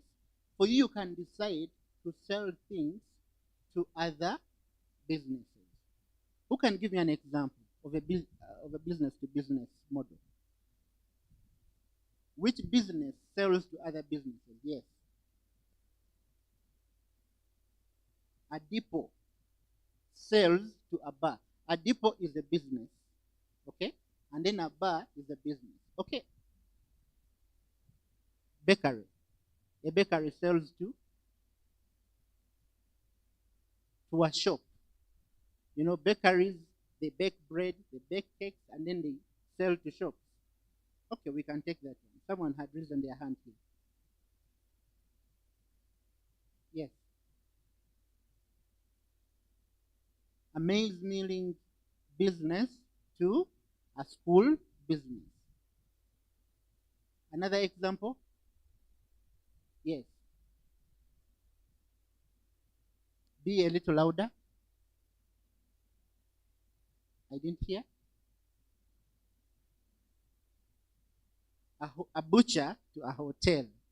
Okay, now we are going to talk about another type, which is a B2C. This is selling to consumers. A business selling to consumers. The consumer can be like you or like me. I do not have a business, okay? But I want to consume something that is being provided by another business. Who can give me an example of a business to consumer model?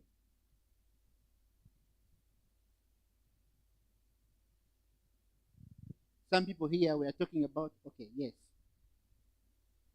A grocery. Explain it.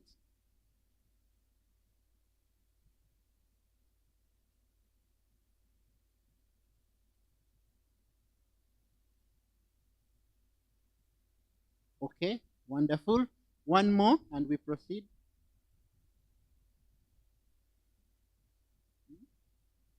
A retail shop. Explain.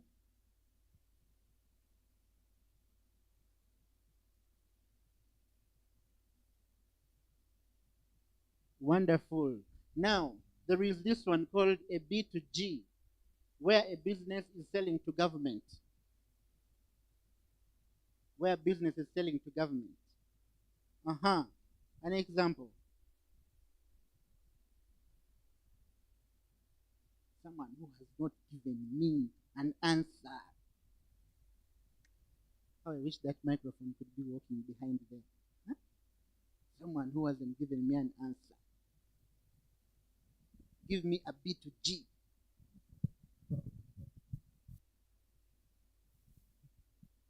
I can have a hardware, then I sell to the government when the government is building. When the government is building. Yes. For example, the local government district might want to buy. Yes. Mm-hmm. Can want to buy like cement, nails, iron sheets like that. Wonderful. Then I sell to them. Wonderful. Okay, this other person here is itching. Yes. Computer suppliers. Computer suppliers. How? They do serve the government when the government is in need of computers, like supplying the schools or the hospitals. Okay, thank you very much. So we shall not take a lot of time there. But I think you understand. The reason I'm going through these models here, I want you to understand the aspect of customer segmentation. I want you to know that a business normally never targets everyone. Okay? It normally never targets everyone.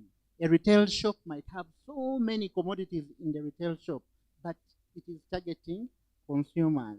Okay? So,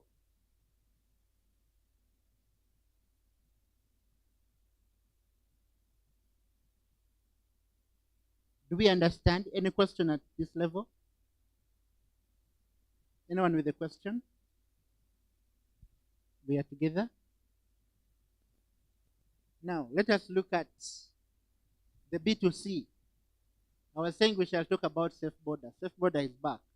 Now, Safe Border is selling to individuals. Take keen attention. Let us read it together, actually. Safe Border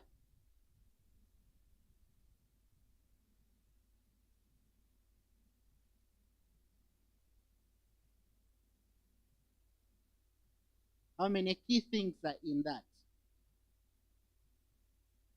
Selling to individuals who, one, who have a smartphone. Be confident.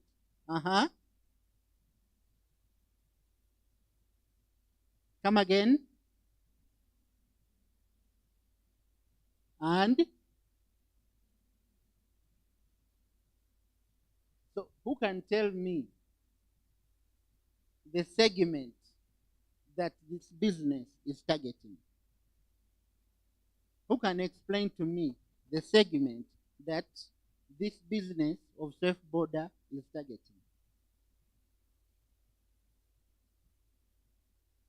Yes.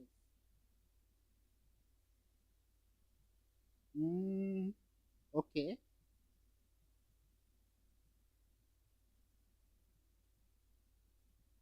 Well, but elaborate a little more.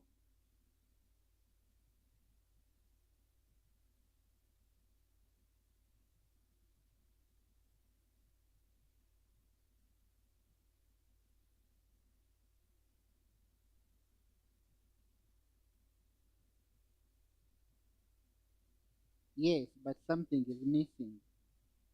This particular group of people we have read in chorus. Someone was raising up a hand here.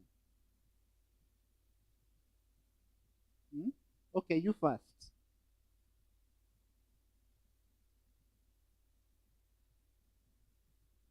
Number one, people who have smartphones and don't have cars.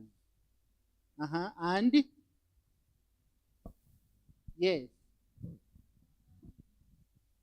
Come again? And can afford, have money. Is that what you mean? Hmm? So I want you to think about it. Hmm? Because to use Safe Border, you must have a mobile phone. And you must download their app and put it on the phone. So you place an order for someone to come and take you from wherever you are. And that person will ride and come to Bwizibwera and pick you to take you to. So you must have a smartphone as part and parcel of someone who is going to use Safe Border. So now this is the group that has smartphones in Bwizibwera. You can be here and you can think about a business, okay, or a service that you can offer to people that have smartphones in Bwizibwera. You can think outside the box. That could be an innovation that you could bring up. So this group of people has smartphones, need transport, and can afford. Because you can have a smartphone, you need transport, but you cannot afford. Okay? When I finish this slide, everyone should be able to give me an idea of a customer segment. You should be thinking about it. I am going to ask you and I'm going to pick randomly. So they are not selling to low-income earners who use a matatu. They are not selling to people with a car who don't have to take borders. They are not selling to people without smartphones. So to use Safe Border or to use their services, you must have a smartphone.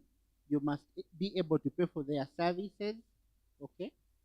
You may have a car, you may not have a car, but you want to use their services. Are we together? So someone give me an idea. Give me an idea of a customer segment. I want to hear the men, gentleman in brown. Give me an idea of a customer segment. I'm coming next to the man in checked.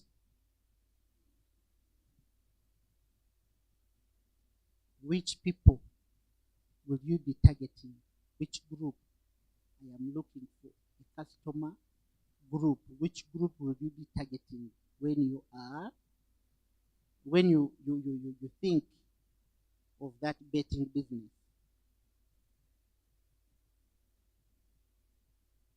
Youth especially. Okay, I will accept for now, but keep refining it. Yes, gentlemen. Give me a customer segment. If you were supposed to walk out here right now and you start business, which people would you be targeting? Which group of people and why?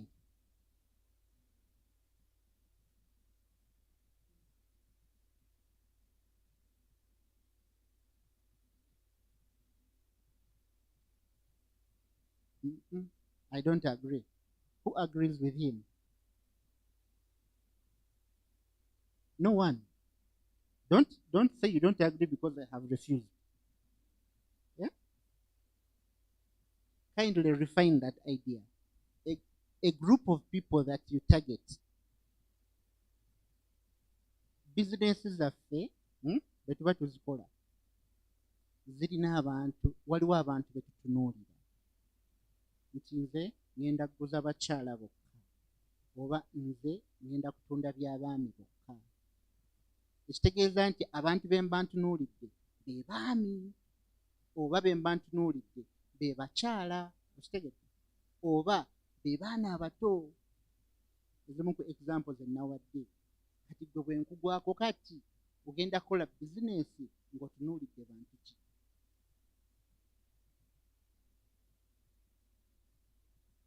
Mobile money kika kya business. naye mobile money ekozesebwa abantu ki?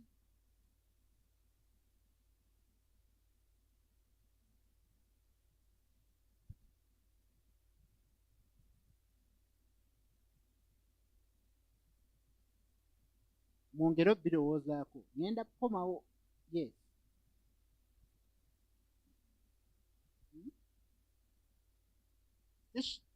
Who are you targeting? I want the person you are targeting. Who can help me to explain this? I feel it is not going down.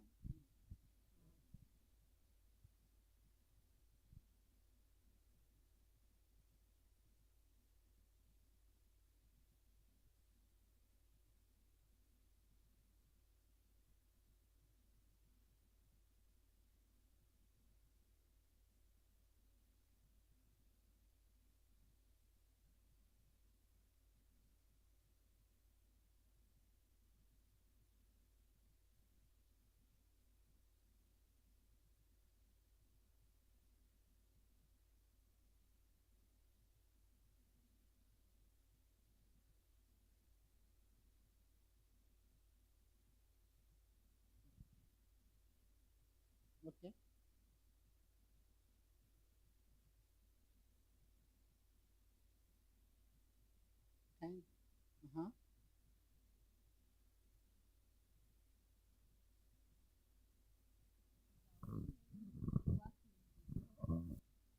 In some,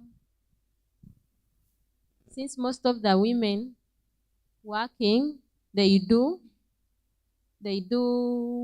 make the nails, they cut their nails short. So I would target the women. You will target the women. What is the name given to that business? That is great. Manicure, pedicure.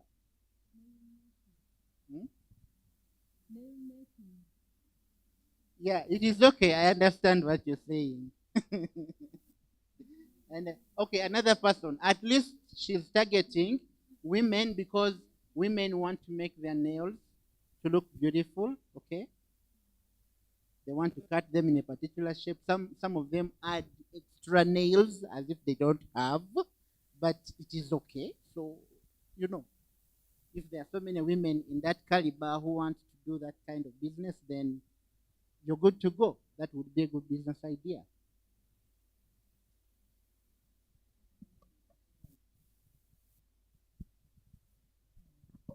I'll be targeting those who don't have cows. You'll be targeting those who don't have cows and they need the milk. Exactly. Now that is the kind of explanation I want here. Another example.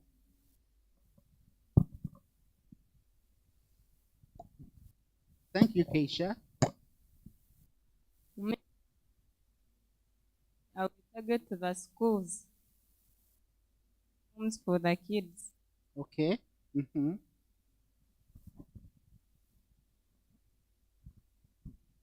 Me, I'm thinking of coffins. Now,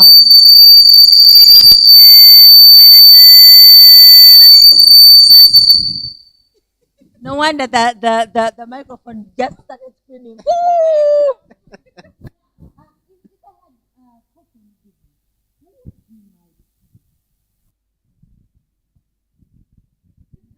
No, let us be realistic here because clearly this is a very good business proposal.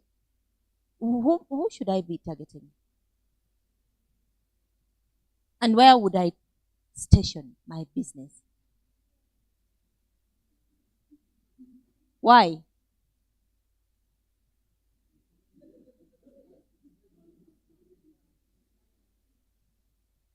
Now you know the target and you know where I'm supposed to station. So you do not say, my business is this, and you don't know where you'll be positioned. So you have a tailoring business.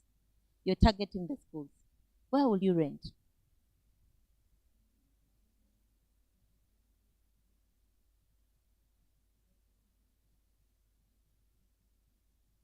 Okay, we'll talk about money, issues of, costs, because there is an added cost to walk and move and transport. Who else has a business? Hardwares. That is not enough. Please explain. Hardware, as I will think about people who will build on, who are going to build.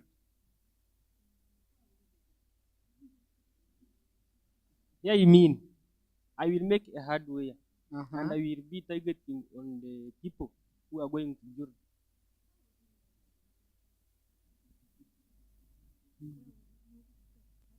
I think I will take it in near the town.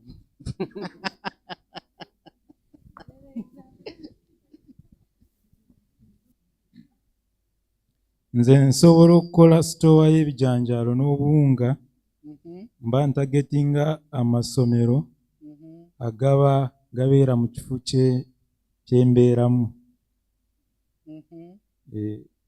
Kubanga tewali ssomero nga terigula buwunga n'ebijanjaalo. Ntegedde. Wali omulala?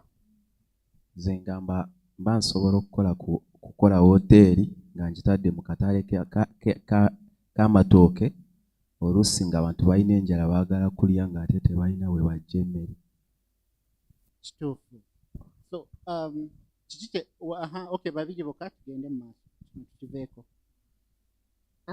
I would think of starting a business of phone repairing, and I would be targeting on the people who have the phones with some technical problems.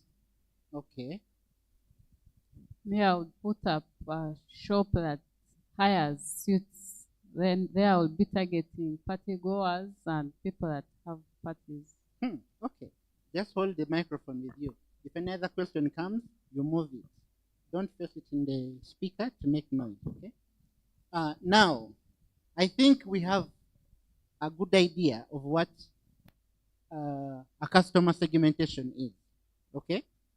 You do not start business when you do not know the people you are going to serve, okay? And she has added something that you don't just know the people you're going to serve, but you must think of the location where you're going to put the business. Very important factor. Okay? That is why those of you who have mobile money, show me your hands. Now, I want you to tell me, where did you position your mobile money? Sure. Or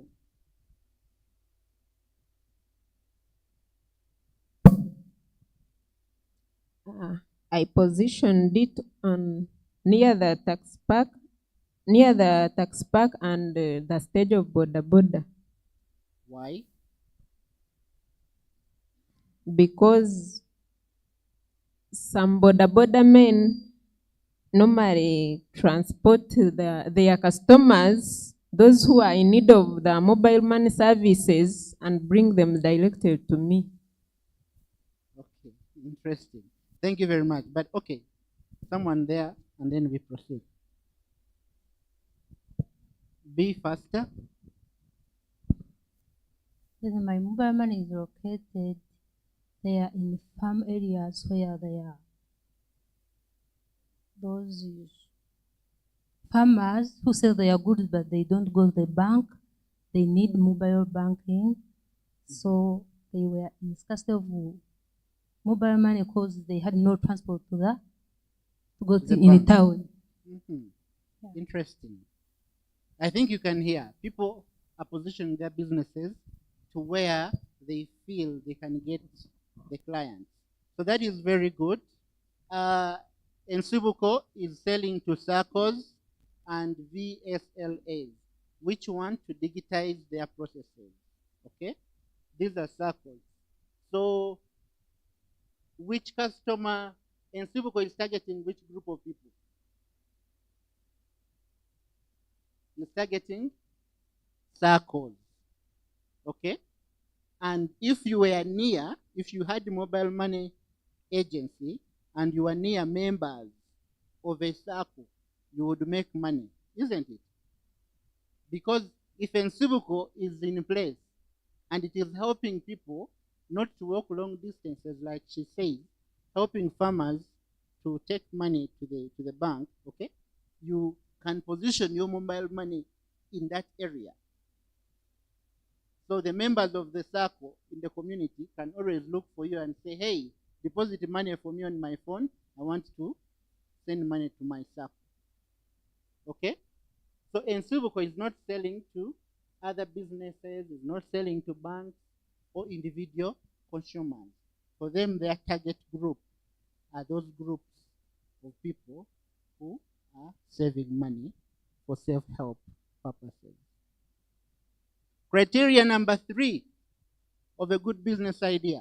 The first one, we said a good business idea should solve a problem. Number 2, we said it should target specific people, and we have seen the specific groups of people that businesses or different businesses are targeting. Now, finally here, we are saying that the business idea should be solving a problem better than existing solutions.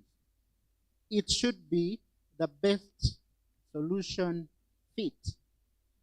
Now, everyone is offering a service. You can be doing business, and there are so many people that are doing that business or offering that service.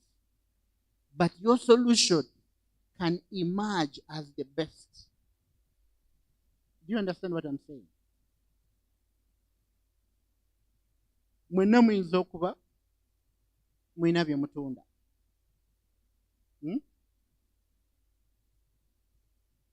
Okugeza muyinza okuba nga mulina retail shops, si bwe guli? Naye nze eyange nnyinza ogyongeramu ekirungo, nange kaŋŋambe ne nkozesa software okuwa abantu comfort, si bwe guli? Nga nabadde nzija embalala simumanyi nnyo, ne waliwo gye bayita mu kizungu. Mumanyiyo, muwulirayo, ki ekiri mu kizungu? Lwaki bayitayo mu kizungu? Wangi? Mulina microphone mu maseekati gammwe.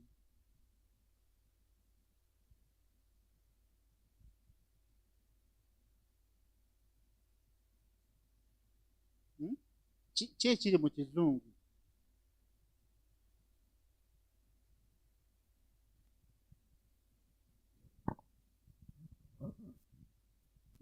Ani agenda okuddamu? Ki ekiri mu kizungu sebo? Hariyo amabaara, hariyo obutare, hariyo n'ebidongo. Waliyo amabaala, waliyo obutale, waliyo naki? Ebidongo. Karaoke. Microphone togiteeka nnyo ku munwa. Karaoke. Karaoke. Byebiri mu kizungu. Yes. Ekyo mbadde simanyi, weebale kuntegeezaako. Ki ekirala ekiri mu kizungu omulala kyayinza okumbuulirako? Era lwaki bayitayo mu kizungu?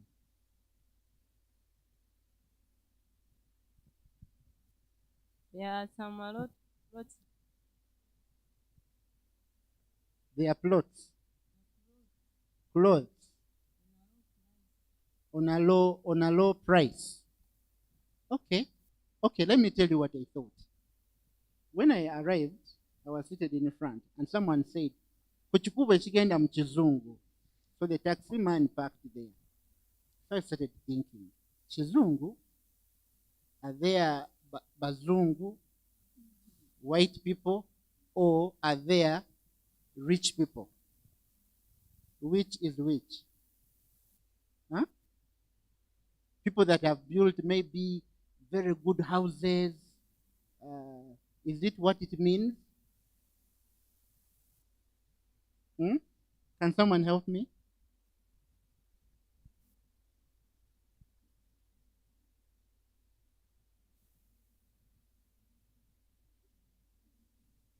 Okay, I didn't know that one.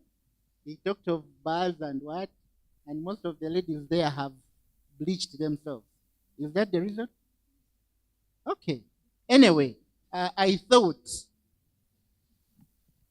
maybe this is a place. For example, in Kampala, there are places where you go to, and they tell you that is Minister's Village, that is Muyenga, that is Kololo. Eh? And when you go to those places, they are posh. Not together. They are for rich people. Abakozemu. Eh? The environment, everything. But anyway, I wanted to share with you an idea. Because I'm talking about your idea being able to solve the problem better than existing ideas. Okay? Today, when you look at the trend, people like Nsubuko are going to be very rich. People like Otim, people that are using software to make business. Okay? Now, why? Because increasingly, so many people are buying smartphones as number one. Number two, the telecom companies are trying as much as possible to simplify the offering of data, and it is the new trend. So people who are creating businesses that are based on the mobile phone or that are internet based are in that position of making quite a lot of money. Why? Because they give people comfort. You stay at home and you're able to buy whatever you want from a retail shop. Okay? Someone can create a business of personal assistance. It is a retail shop, but they have personal assistants who can be border people. They get an alert, enter the shop, show the person the number, the person selling stuff, okay? And then these people do collect stuff, okay? Whatever they want to buy, they give it to this person, and then they ride and take it to whether Muyenga or any place. You understand? That is why I was saying that as the trend is changing, business is changing. The way people do business is changing. So if you're able to create an online business, you can be able to make a lot of money. Because people want to be comfortable. They want to stay at home and order using the phone. So for me, I'm just trying to say all of us can have retail shops, okay? But for me, I can add an online aspect to be able to sell on the internet and to sell via the phone. So if the people in the community are that type of people who don't want to work with the data, yeah? So for me, I will be offering them the best solution, okay? First of all, they don't want to drive and come and park near the shop, get out, and then enter the shop, and then take a lot of time. They just want to be in office, order. Take those things to my home. Or if they are at their home, they order. And then we receive the orders, we process them, we give to the border guy, and then he takes home. You understand? So it could be the type of people. Now, what I want to emphasize is that your solution should be offering the best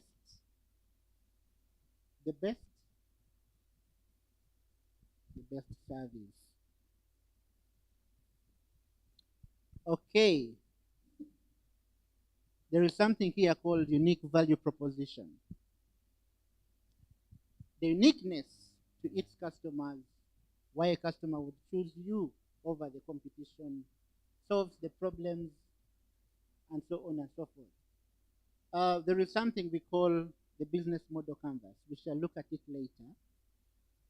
I think day 3 or day 4. It helps us to define our business, and it is very, very much important.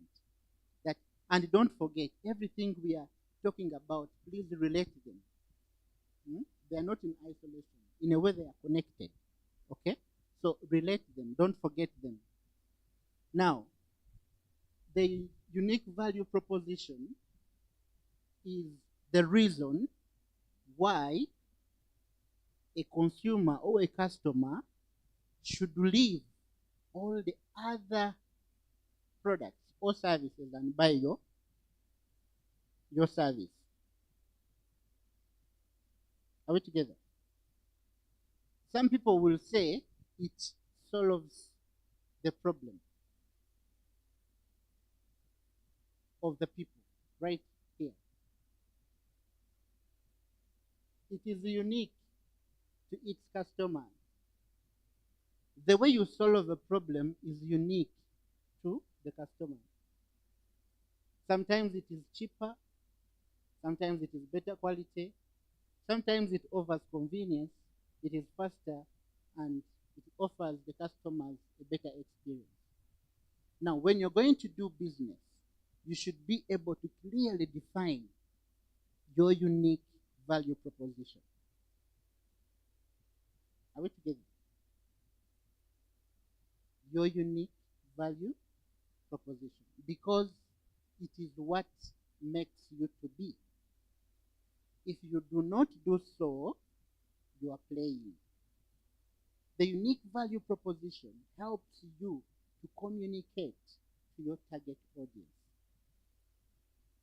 If you do not have the clear unique value proposition, you will not know how to talk to the people. So it will help you in the promotions, you know. For example, there are people who nowadays, one of the trends in the country is in relation to healthy living. So you could be offering a product which has healthy attributes. People no longer want to be fat like me with a big stomach. You understand? Yeah? So they want to be careful. They eat a certain way. They sit a certain way. They sleep a certain way. They must sleep this number of hours. So if you're targeting such people, you should be in position to tell them that my product not only gives you strength, not only helps you to live longer, but it helps you to slim and to cut your belly fat.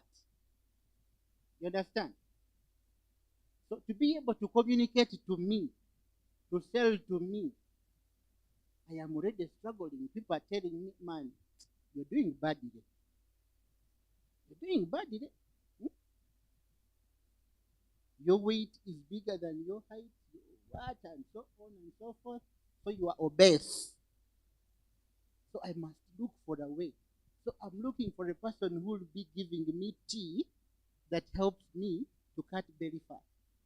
But that person should be in position to talk to me and to promote their product. So I can buy. And I am ready. You understand? So, yes.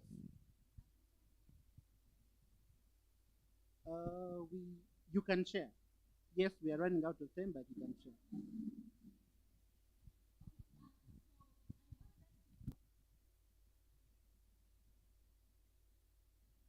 Thank you. My loud. Okay. Tugenda kufuna akapapula katono buli omu akole value proposition. Oba tukolere omuntu omu value proposition. Kolere abalina mobile money. Baliwo abalina mobile money. Okay. Tugenda kukola value proposition y'abantu abalina mobile money. Ekisooka. Kiki kye twetaaga mu mobile money? All of us. What do we want? I'm talking about the customers. The customers who go for mobile money, what do they want? Customer care. You write that. Customer care. What else?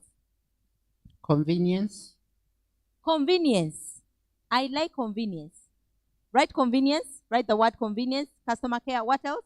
Because you want to get ways of developing convenience. Time management. Can you write time management? As a customer, do you want time management? That actually we can call it a quick service. A quick service. Okay, you write a quick service. What else are you looking for if you're looking for mobile money? As a customer, what are you looking for? Trustworthiness. You want to make sure that when you give your money has, reached. Okay. Now let's go one by one. Let's start with convenience. Some of us work in a university, and sometimes we are very busy. I'm in my office, I want mobile money, but I don't want to walk outside and look for the mobile money. If you're the mobile money provider, which opportunity have you seen there? Yes. Yes, I've seen setting up in the university or near the university. Now, wait. You may be setting up not in the university per se, but guess what? You know Sarah can pay for your transport. So if Sarah has ever come to your mobile money, you tell Sarah, by the way, I can also come to your office. Huh? And so when I call you and say, Sylvia, I need mobile money, you just jump on a boda, come to office, come to my office, and you do the mobile money. I'll give you the 2,000 to take you back. Haven't you solved my problem of convenience? Can you be mobile? You're providing mobile money, but you also become mobile. That when the customer needs you, kusawa biri, ezechiro, and you're in your house, you know you have your mobile money. And Sarah came home very late, but everywhere is locked. Sarah calls you, Sylvia, njagala ku mobile money one. Tell her, kanzije ku boda. Jump on a boda to Sarah's house. You have solved the issue of convenience. What else did we talk about? Customer care. Okay. I'm going to go into Luganda because I'm a Muganda woman. And for us, we know what to do because our singer told us what to do. You know what we do? Some of you call us thieves. We are not. We are groomed to manipulate. That is how we are raised. So I'll say, munange. Tono le wampadde ka transport katono luli najja. Waboda yanzijjako 3,000 ne munange wampadde 2,000. Ono nyongera mukoleero. Anagana, will you refuse? No. The power of negotiation. I think we'll cover that with Joseph maybe tomorrow. Customer care. How we speak. I want you to be mindful. By the time nzize ku mobile money yo, nakedde kumacha, I brushed my teeth, I put on my clothes, I jumped on a boda to come to town. And there's so many mobile monies, but I've come to your mobile money. I want you to be mindful. I would have gone to her, to them. Okay? First of all, appreciate the fact that I'm coming to you. Banange tuiga okubuuzaako. Customer nsanyisa okulaba. Ate togamba customer nsanyisa okulaba ng'oli bw'oti. Customer nsanyisa okulaba. How do we say customer nsanyisa okulaba? We will talk about communication. 80% of our communication is non-verbal. It is not the word that I say, customer nsanyisa okulaba. When I say customer nsanyisa okulaba, it is with all the teeth. Customer nsanyisa okulaba. Smile. And then what?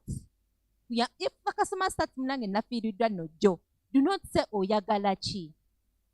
Where do we start? We start with aniya food day. Nga mwalabye. Yabadde sister wo. Bambi. Yabadde chi. Don't rush the customer. That is what we call customer care. Do not say kakati nkuwe chi nina ba customer bala. You want to keep that customer. Customer care, the reason why we give customer care is to have repeat purchases. Are you paying attention? You know what repeat purchases mean? That you want Sarah to be your customer, and Sarah should come tomorrow, and then tomorrow, and tomorrow. She becomes your customer. So make sure you handle her with care. Joseph, let me return that.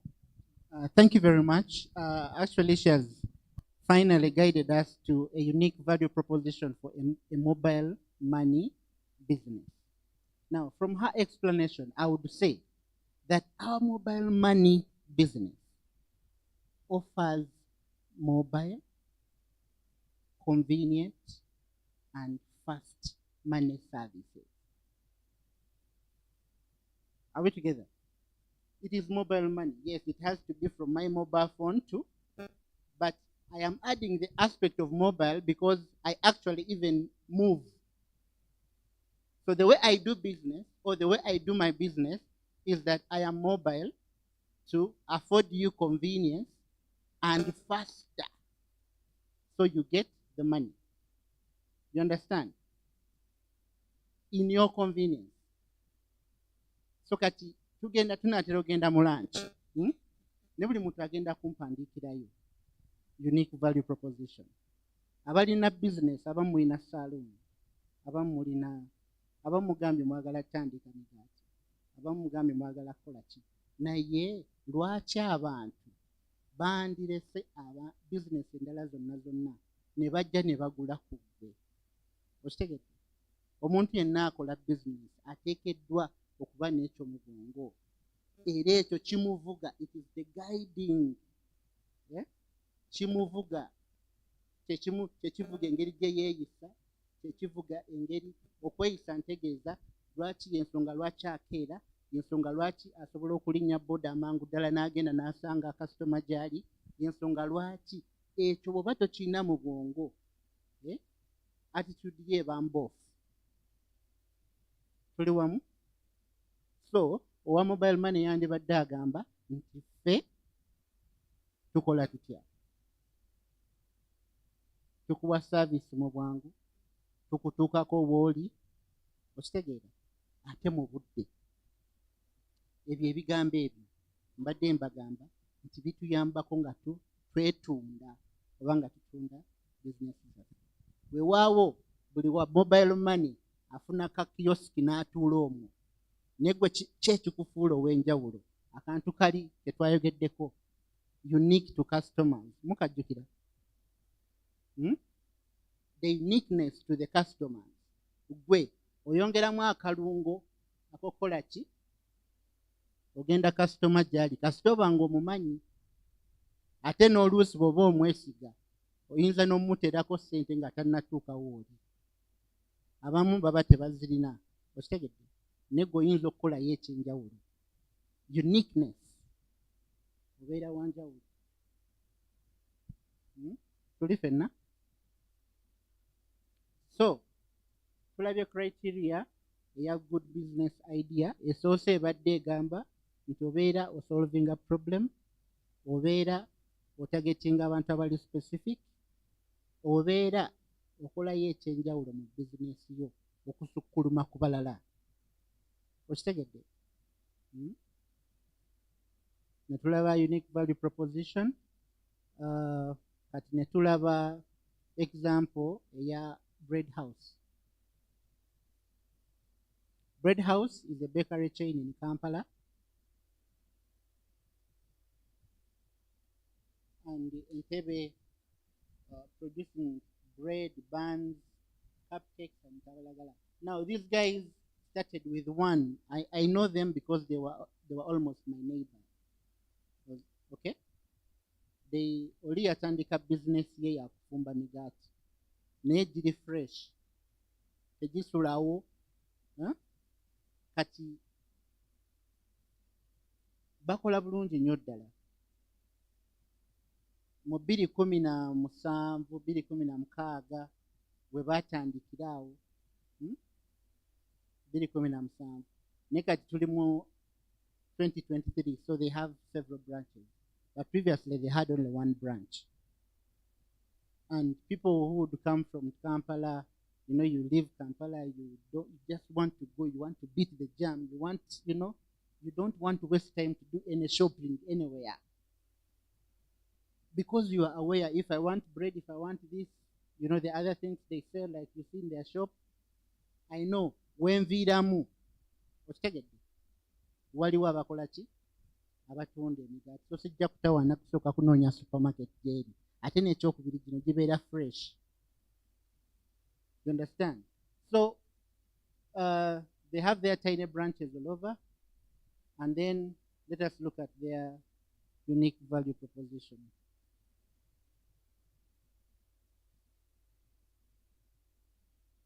So number 4, your business idea should be able to help you get money from it. People should be able to pay you. People should be able to pay you for that service you are going to offer them.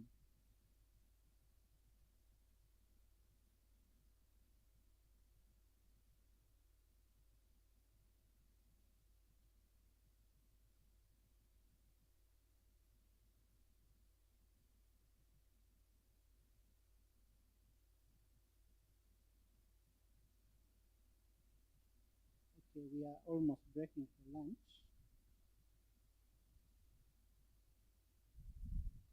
We have looked at a number of case studies, though we looked at one specifically.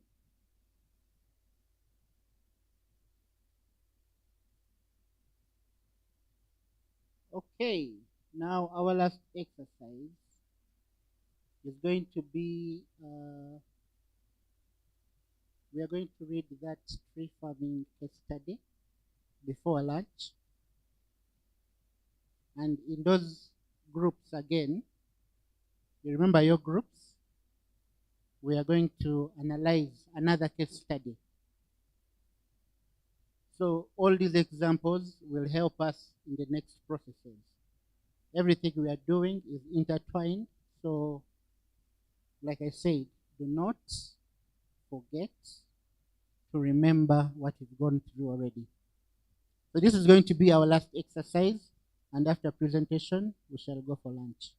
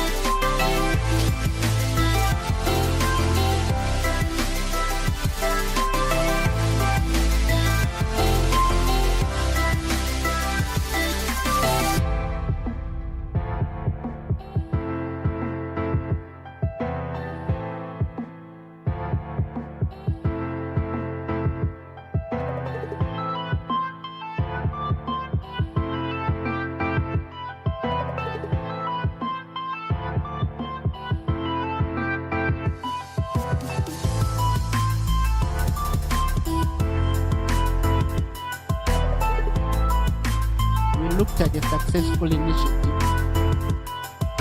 in Siboko. I have chosen this one because, in my opinion, this one is trying to show an initiative that is not successful. So I want you to concentrate, and then we are going to discuss it at length.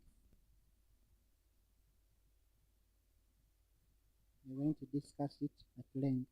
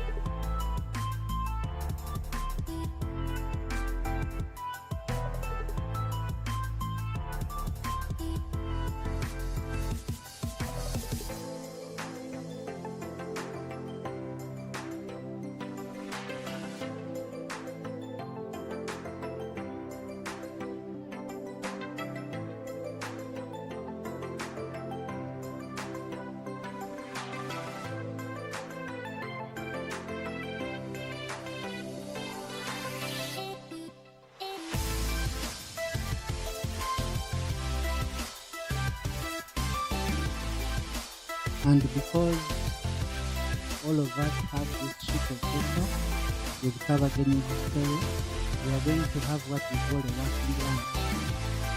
The bootcamp is already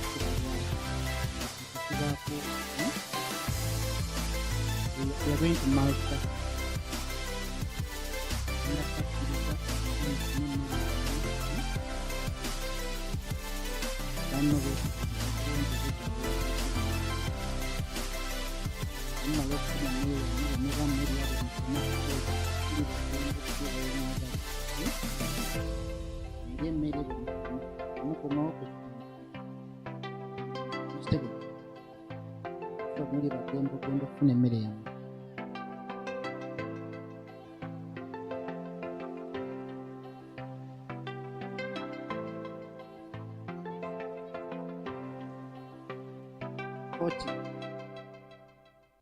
Forty, 30.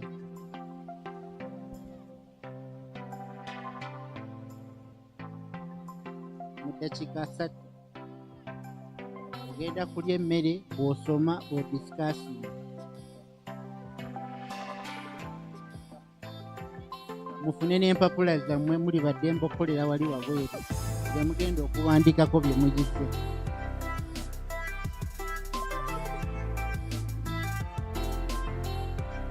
You should look at your group members.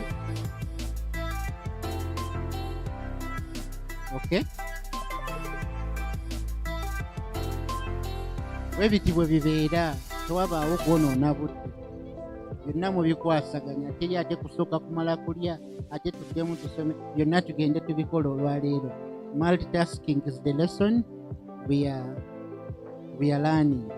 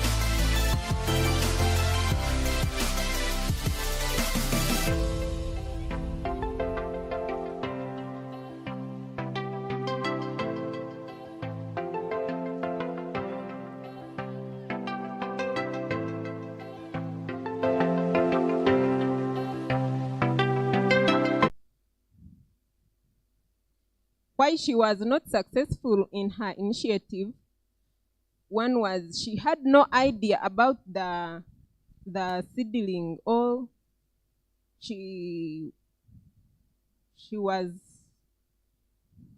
she lacked knowledge about the tree planting. The second, she didn't make enough research before starting that business. The third one was she didn't get enough training. The fourth, she had only one type of tree seedlings. The fifth was poor skills of attracting customers. Then the next point was, as to why she was not successful, there was a lot of competition which made her not succeed.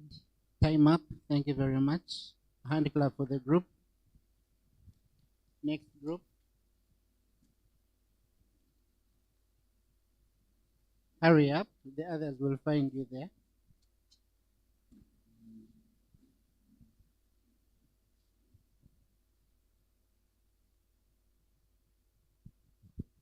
The clock is ticking. Yes, good afternoon. From the story of that we just read, this is what we picked from it. Why was she not successful? Number one, she had limited knowledge about the project she was starting. We saw that in the story. Another thing, she lacked constant advice because this was something she was going to do over time, and at every stage she needed to know what to do. So she didn't have the knowledge, and so she lost it at that. Number three, she lacked specialization. We see that when she went to the market and she had firewood while others had different kinds of trees. Another one, poor marketing skills. We see this when she sent the kids to go and sell instead of doing it herself or getting someone who is specialized in this. And the lessons we learn from this is that we always have to seek advice for anything that you want to pursue as an entrepreneur. Number two, always do research. Research about the business that you want to start up, because there are people that can have already done it and they know what to do at every stage. Yes, that's in terms of starting. And then do also market research at the point of maybe when you want to put your product on the market, or even before starting it, because you need to know your market. You have to do market research. Time up. Hand clap for the group. I said you summarize. Strictly 2 minutes. The points are good, okay? I'm not stopping anyone for speaking nonsense, but I'm just being time conscious. Okay. Lessons from the story.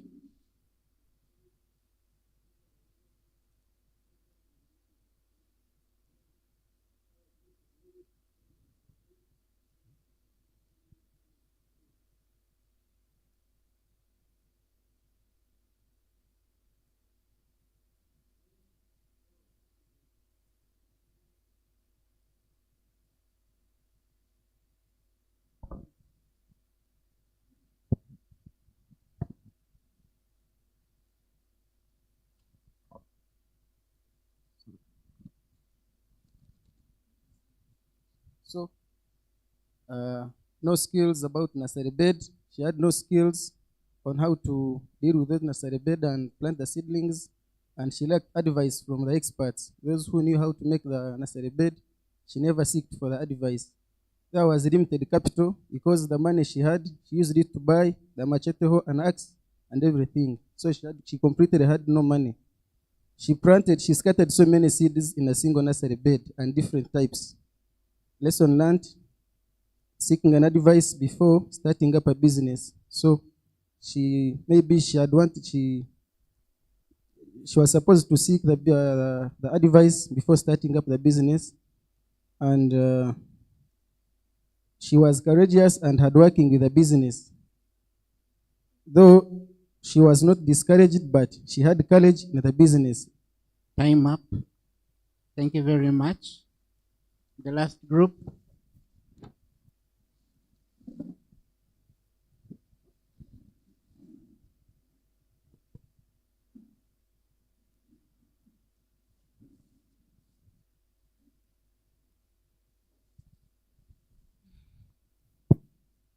She had no skills, whereby she never asked anyone. And she had no knowledge about the tree nursery, because around there was no one who had it.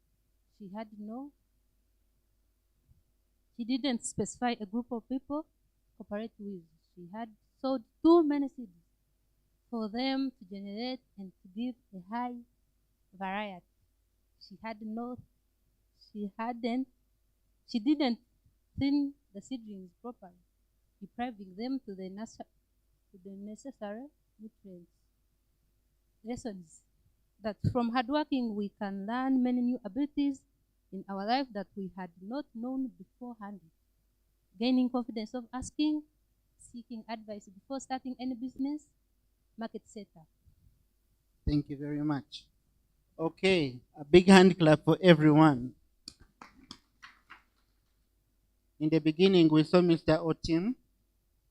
After lunch, we have discussed Madame Kavagenye, okay? And we see the different things. Now, we are going to task you to start a business.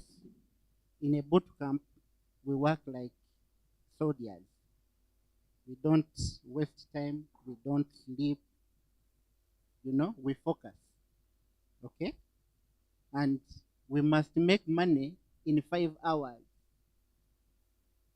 okay? So, welcome back from lunch.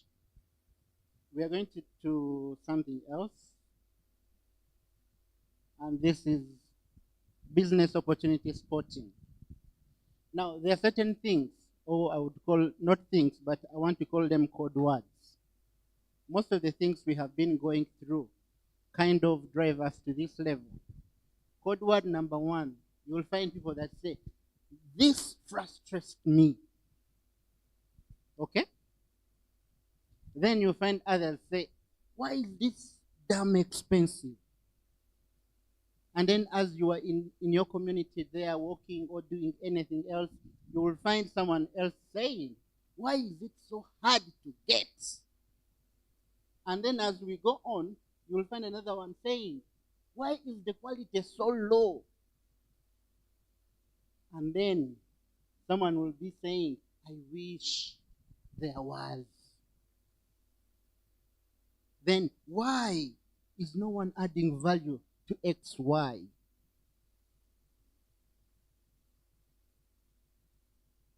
What are we talking about? Read with me the title.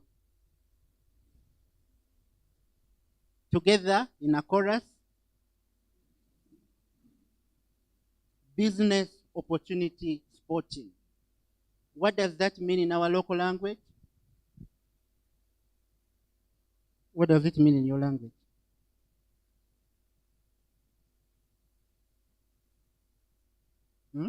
Someone with confidence to share? Interpret the heading.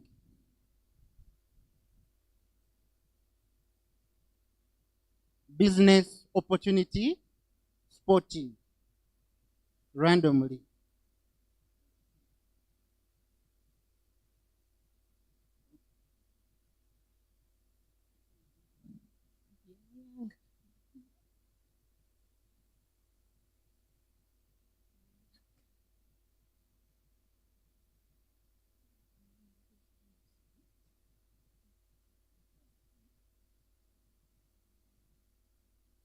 Run a business with what's of course.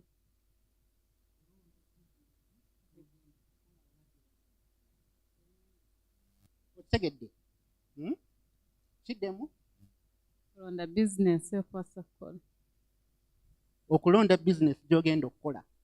Nze nkyogedde mu Luganda bwentyo. Kyetugendako kati. Kati waliwo ebintu ebikuyamba okumanya nti awo waliwo business opportunity. Otegedde?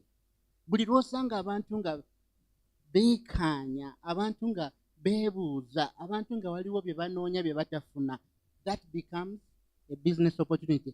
It is high time you stand still, pull your ears, make them longer like the professor did for us in the morning, and you listen. Okitegedde? Bino ebigambo by'olaba wano byonna bikuyamba kutegeeza nti waliwo omukisa gwa business. There is a business opportunity. Omukisa ogwo gusobola okutandikira ewammwe waka nga waliwo kyonoonya kyemwagala ewaka nga tekirabika. Oyinza okuwulira ab'amaduuka nga bagamba twagala okusuubula ekintu kino naye tetukifuna. That becomes a business opportunity ng'omanya bakibanja bakyetaaga. Oyinza okuba okyetaaga naye nga wano mu Bwizibwera tekiriiwo. That becomes a business what? Opportunity. Kati olina okubeera alert. You must be alert. You must have the ability to notice opportunities. If we had time, I would tell you a story of Starbucks. Starbucks is a coffee. But remind me, before the end of the bootcamp, I will tell you about this man called Starbucks. Okay? Yes.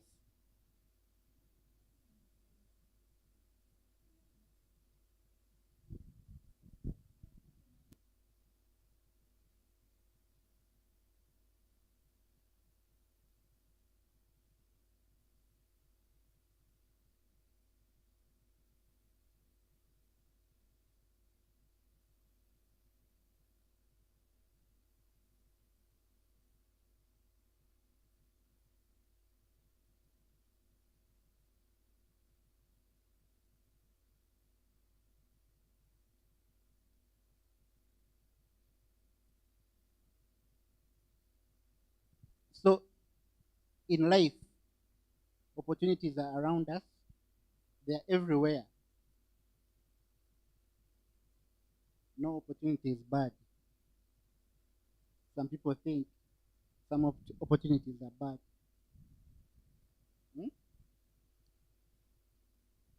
But that is not the case.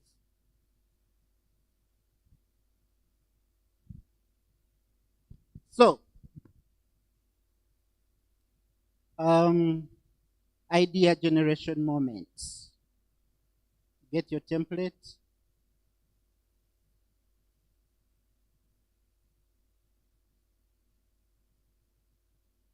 I don't know if we have those templates. But this session here, let me just run through for a while until we get to another level. So this is what we are going to do. As we are here, we must be able to generate an idea. Okay? As part of the bootcamp, you should be able to generate an idea. This is going to be in our groups. Okay? We shall see that towards the end. But even as a lesson, when you see an opportunity, you should be able to nurture that idea. Okay? So, what is something that bothered you last week? Is there someone who had something that bothered them last week? Or something you wanted last week and it was very hard for you to get? Anyone? As a business, if you have a business, as an individual, is there anyone?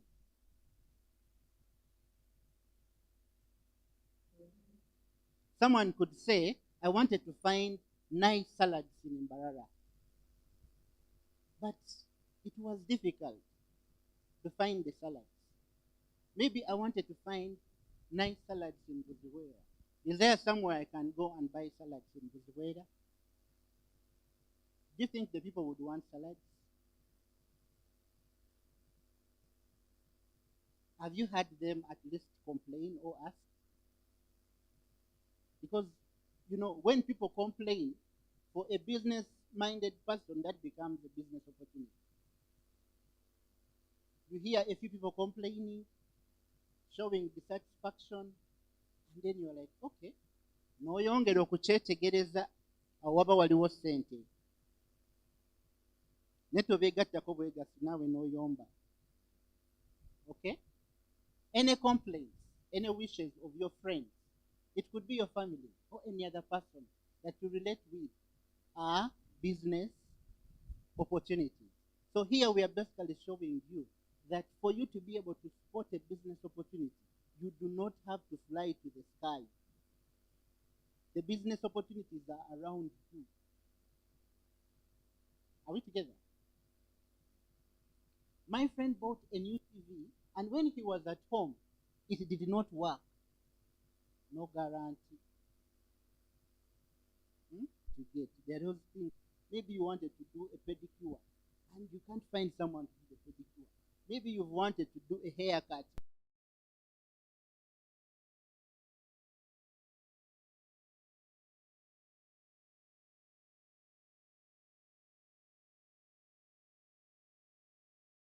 Now, right.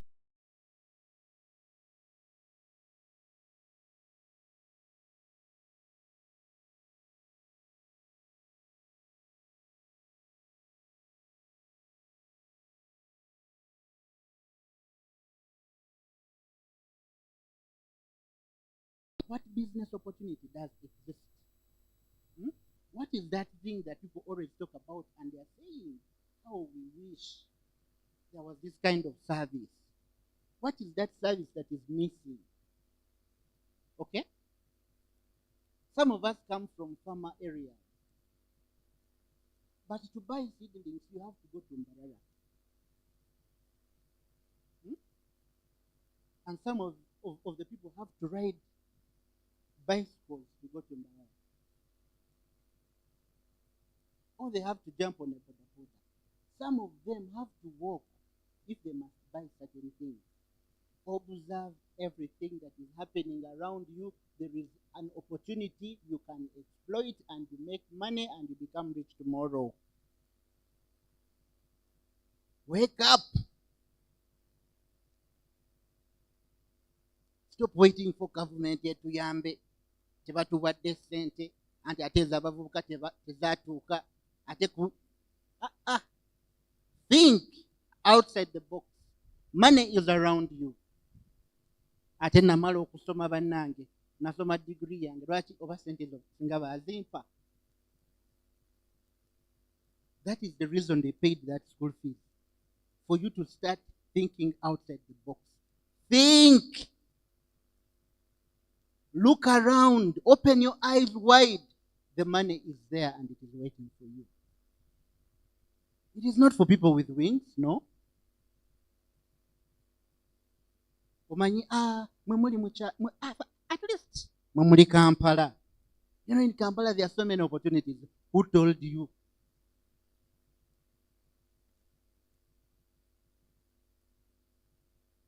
Do you grow coffee around here? You do. I want to tell you that you can earn from coffee without having a coffee shamba. And you don't need a lot of money to buy 500 kilos of what? Raw coffee. And there are people who come and buy coffee in small cups from people's gardens. How much do they spend to buy a kilo? How much? Is it 1,000? 1,500. So how much money do I need to buy 500 kilos of raw coffee? Kolobwangwa, multiply times 500. Lukumi bitano times 500.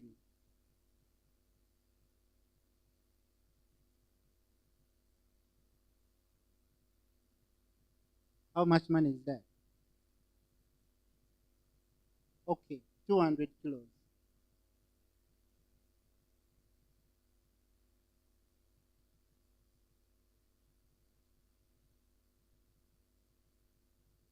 Come again. 100.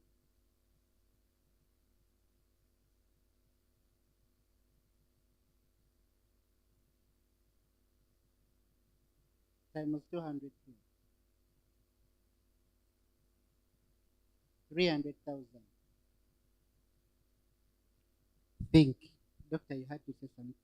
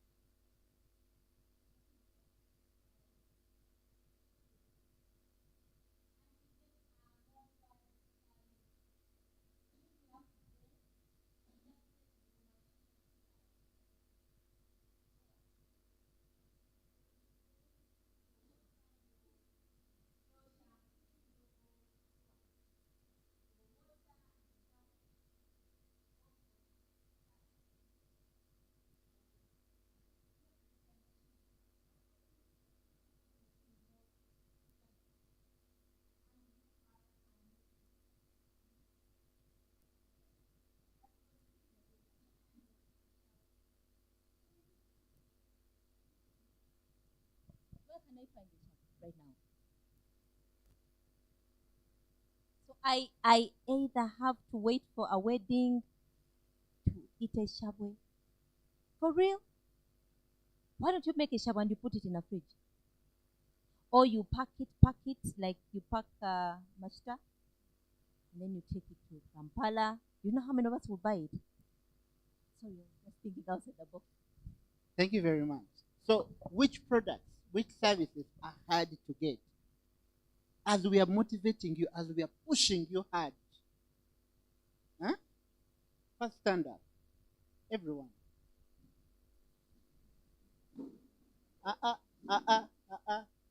So dears, energetic people don't stand like this.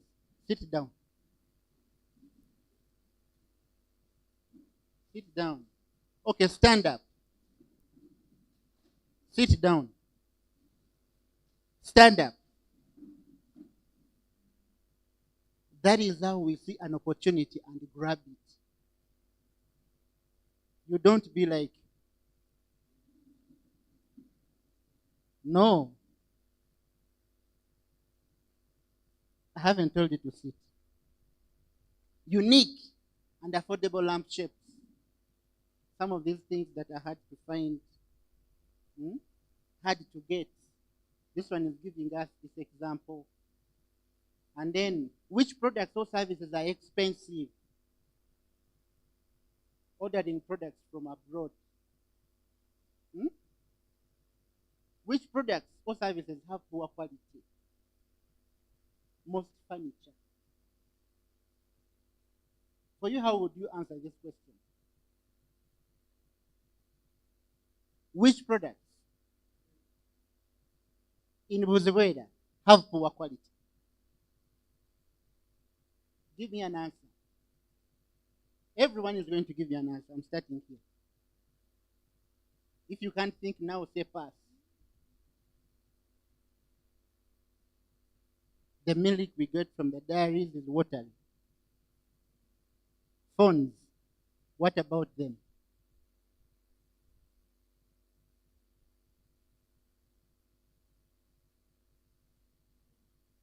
They are fake.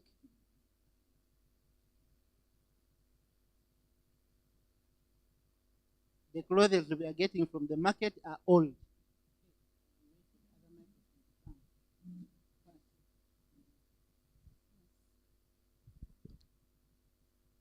They sell ghee which are of poor quality.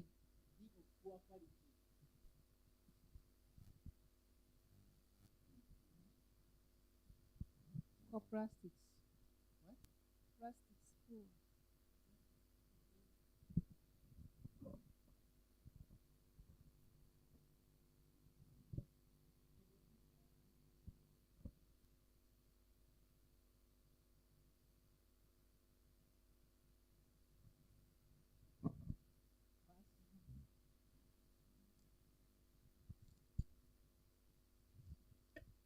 Fresh.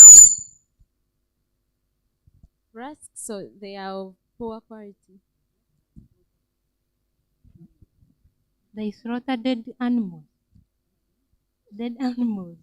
They slaughter dead animals, so-called doom. Poor meat quality.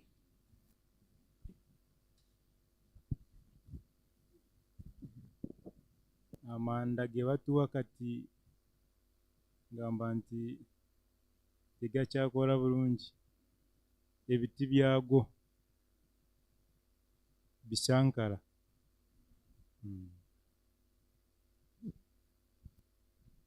Amatooke ge batutunda amatooke nga mato si makulu nnyo bulungi. Ennyaanya ziba nfu, ziba zifunze. I want you people to be real. Because we are doing opportunity spotting. Si bya Lusaago, mbulira ebintu ebiri mu Bwizibwera. Obuzibu obuli mu Bwizibwera. Because they are not good. The what? Fabrics are not good. Emyenda. Okay, another person. Some drugs in government hospitals are expired. Okay. Aba bazizi nibatubazirira za machara.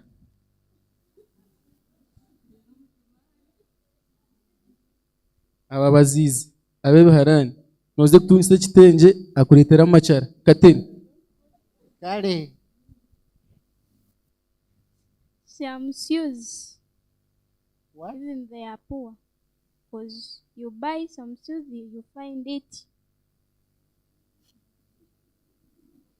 Okay, another person. Onions are poor. Oh.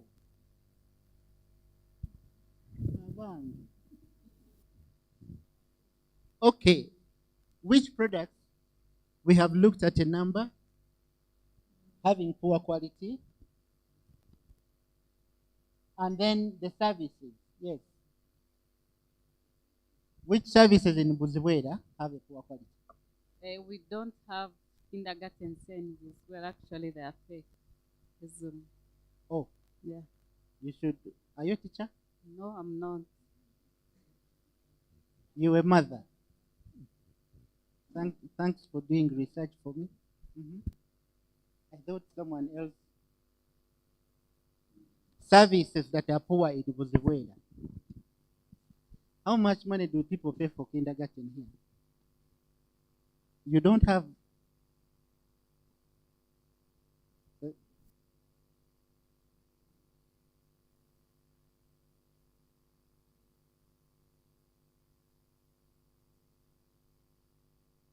Okay.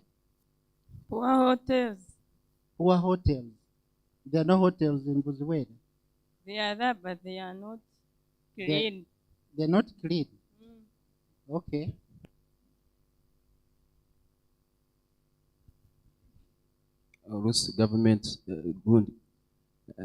Government hospitals oluusi otuukayo n'osanga abasawo ng'oli bubi nnyo naye nga tebakufaako okukolako.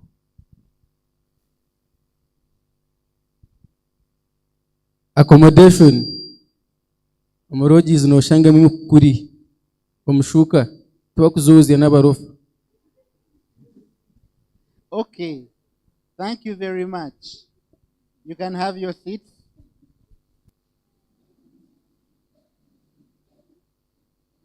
So, why is no one adding value? Why is no one making things better? You've told me so many things are happening. Why is no one probably building a nursery school?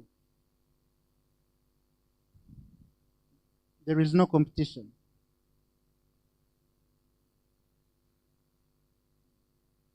Okay.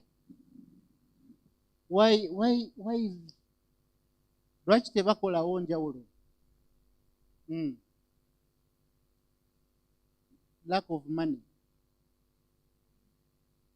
Some are not informed. They don't have knowledge. Now you people have been motivated here. and we have told you to think outside the box. So these are some of the opportunities that are existent. But when you look critically, there are still more. Tomatoes, for example. Why are people not adding value beyond the tomato sauce, beyond the tomato paste, beyond the candy tomatoes? Okay, you're going to interview each other. It will be done less than 15 minutes. So we want to see what frustrates you and why. Mukole payers zaawo biri just handle the kuna mukwano gubo. Mugenda kuyita mweno process. Tuli kuki business idea spotting. Kati njagala obuuze mukwano gwo biki ekikutawaanya era lwaki kikutawaanya? What products or services do you usually spend money on? These are the questions you're going to answer.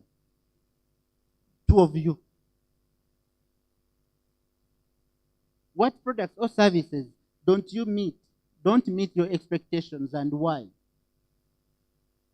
Are there any products, services at campus, okay, in Bwizibwera, during your work day you miss? Otudde mu salooni yo okola, otudde mu kakiyosiki ko okola, olina wooli, olina kyokola, ninga waliwo kyo kyeweetaaga kyebatakutuusaako. Ebyo ebintu gye biri ewammwe oba tebiriyo? Gye biri? Can you remember when you asked yourself the last time, why is no one offering X, Y? Or why is it like that? Wali okibuuzizaako? Awo we batandikira okunoonya bizinesi gy'ogenda okukola. Okitegedde? Tuli ffenna tutandika na kwebuuza bibuuzo ebyo, oba tutandika n'okuwuliriza abantu abamu bye bagamba ebibatawaanya. Olwo nno ne tufuna business idea ng'egenda kuddamu ebibuuzo ebyo. Nga business idea y'abantu abagwa mu ttuluba eryo, mu gurupu eyo. Oyo omuntu mwa complaininga mwagwa. Business idea ng'egenda kusekuluma kuziriwo okuddamu ebibuuzo ebyo. Bw'oba tolina information, tulabyeko abagenyi. Lwaki yalemererwa? Bw'oba tolina information emala, knowledge, seek for the knowledge. Noonya amagezi, buuliriza ng'ekintu tonnakiyingiramu, kyetegereze. Newankubadde tukola risk, oba tuyingira mu bintu ebya risk, tuyingira mu bintu nga birina calculated risk, tomala gayingira ffa. Otegedde? So mu ddakiika 2 interview eyo egende mu maaso. Kati n'oyo omuntu akuliraanye oyo gw'okutte ku mukono.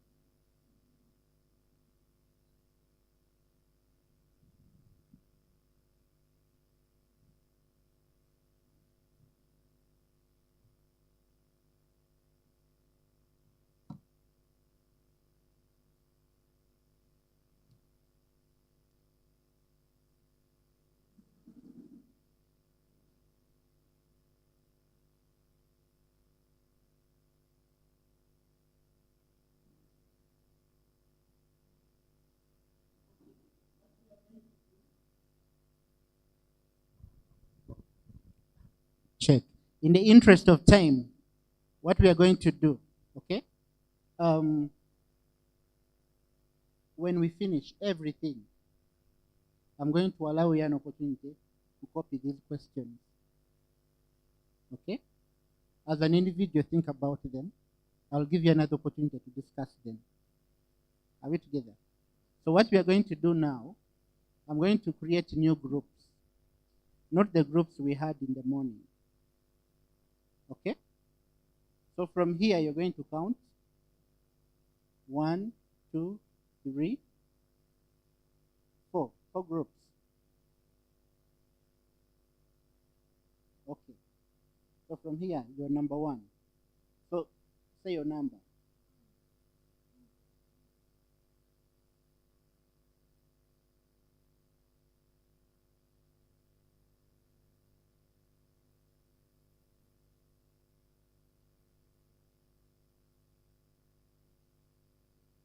Four. 4. Then and 2. So all ones form one group. If you're number 1, stand up. If you're number 1, stand up and move to this place right now. Number 2, stand up, move to the other place near the bottle with water. Number 3, stand up and stay here. Number 3. Number 4, stand up and you stay right there at the extreme corner behind. If you're number 4, musigale wali emabega. Number 4. Number 1, number 2 muliwa, number 2 eriwa, number 3 eriwa. Bw'oba wagambye nti oli number 3. Number 4 eriwa. Okay, I want you to sit in your groups. Okay? I want you to sit in your groups.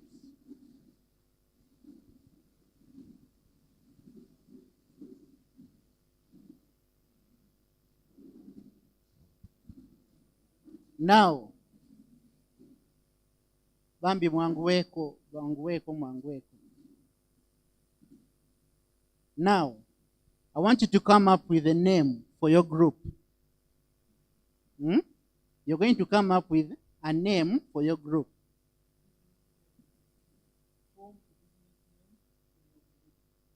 Okay? Come up.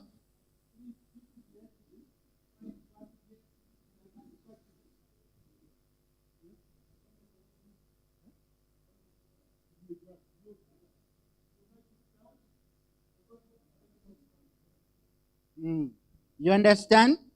Write down the name of the group. And they want to know, what is this? Huh?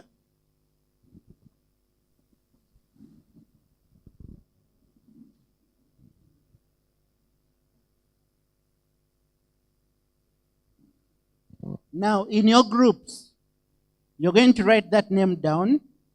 They're going to give you a flip chart or a piece of paper, and you will write down the name of your group. Number 2, you're going to identify the leader of that group, like the chairman or the chairperson. You're going to identify the secretary of the group. You're going to identify the treasurer of the group. Kakati obudde tulina butono. Ebyo tugenda bikola mu dakiika 3, ntandikiddewo okubala.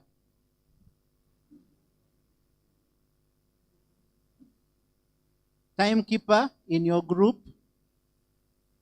a secretary in your group, the chairman in your group, the treasurer in your group.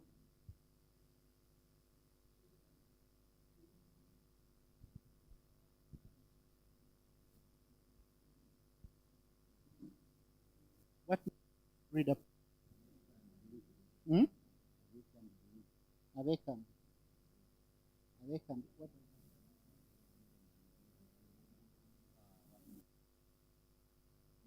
Okay. Then who is the chairperson? Who is the secretary? Who is the timekeeper? And who is the treasurer? Okay. The group behind is already done. You have a name. Show me the chairman. Raise up your hand if you're the chairperson.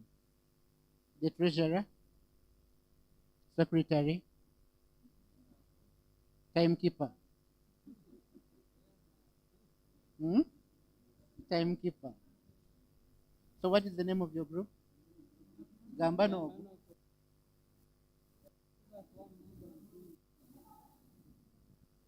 Okay.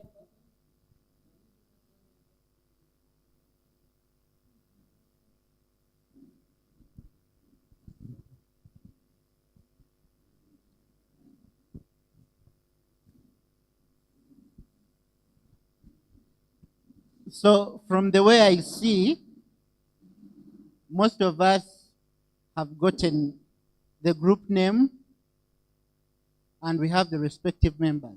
Okay?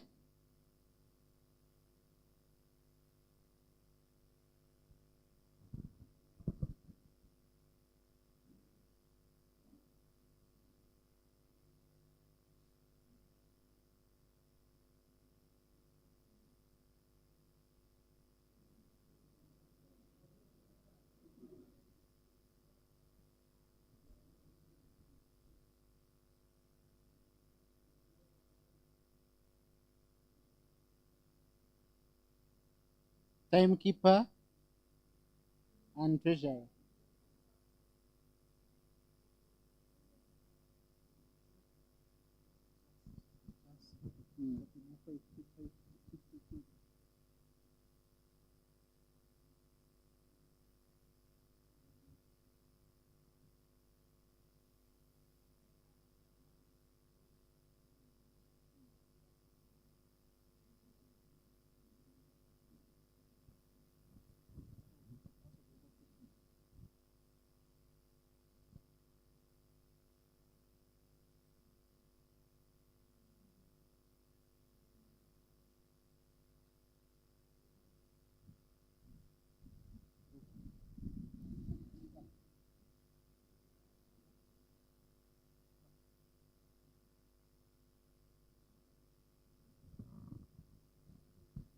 So, attention please. Now, I would wish that you answer these questions in your group and you generate as many ideas as possible. Are we together? In that group, I want you to think about things that are happening in your community. What is that is frustrating people? Kiki ekyo ebyo ebintu byonna bye mulowooza nti bibamalako emirembe olw'okuba nga temubifuna mu budde okitegedde. Naye njagala mulonde ebintu bye mugenda okukola mu bizinesi. Mu nnaku 5 tugenda kuva wano nga eyo gurupu yammwe efuuse bizinesi. Kati njagala munoonyeeyo ekintu ekibatawaanya mu community kye musobola okukola nga mmwe. Jjukira nabagambye ebyo ebyokulinda bajje batuyambe tebiriiyo. Kati budde bwa kulowooleza wabweru wa box. Thinking outside the box. So identify that thing that is frustrating you people. Or identify what product or service that you usually spend money on, or that you would want to spend money on, but it is not readily available in the community. What are those things? Can you write them down? Those are opportunities.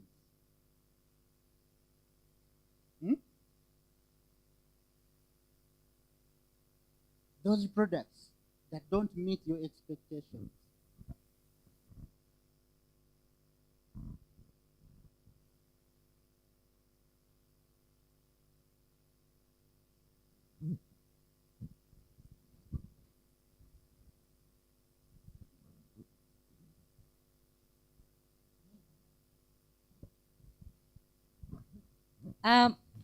Just a moment. Okay, as you're thinking, I came in late when you're giving your reasons or things that frustrate you, and I wrote very fast.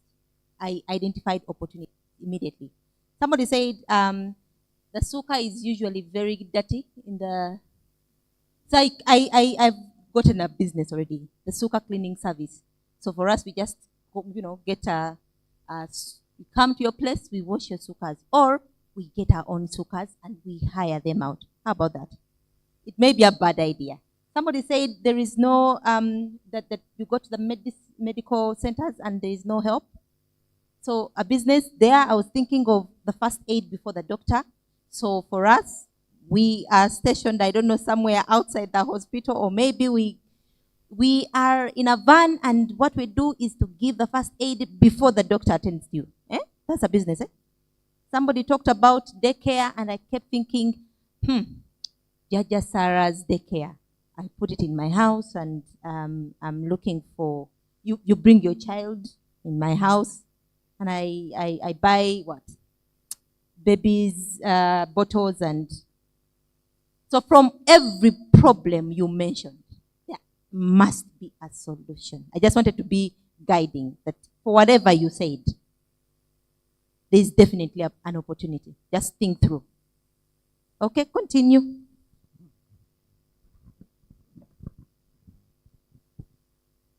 List as many opportunities as you can. And I'm going to give you an opportunity to share. So we have officially started. It is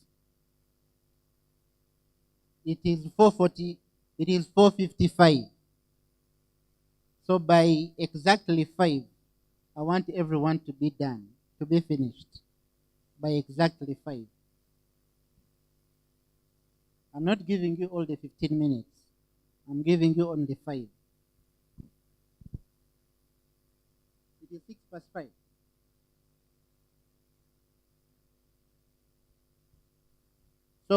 So plus 5 minutes, that is going to be 11:05. Okay.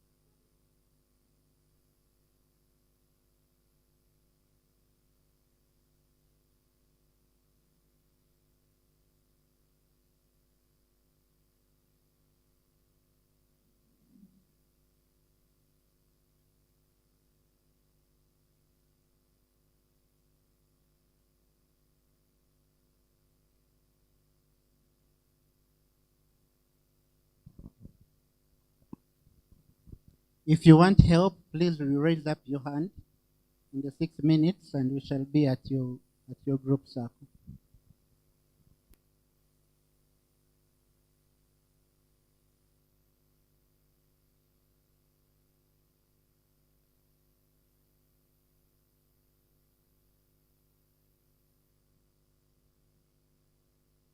Business people, don't waste time.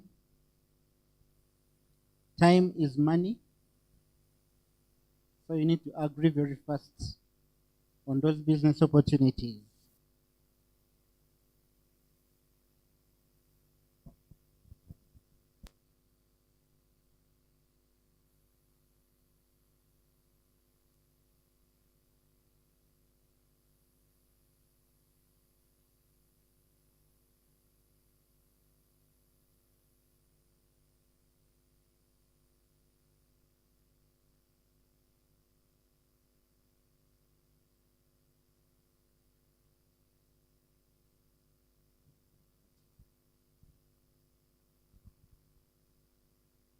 We have a clock projected on the wall.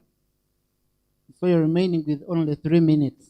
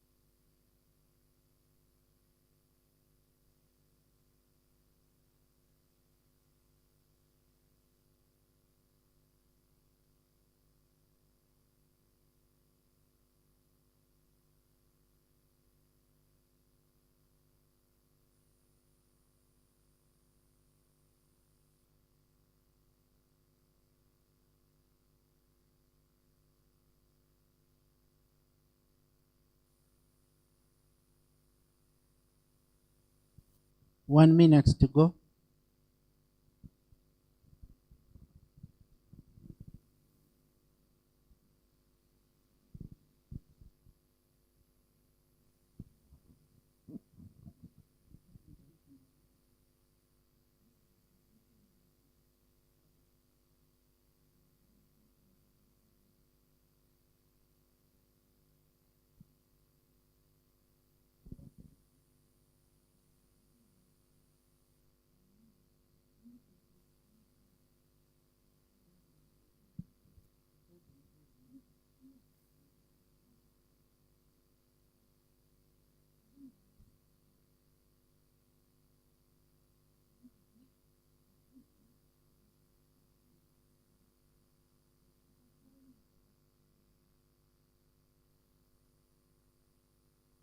Here, what we are doing by you, people listening to those things, we are actually looking in the community and seeing that these are problems we can solve as a group.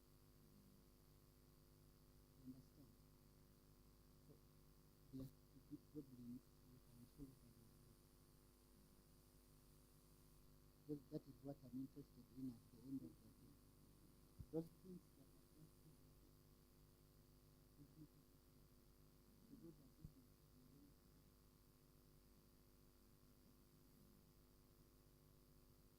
time is up.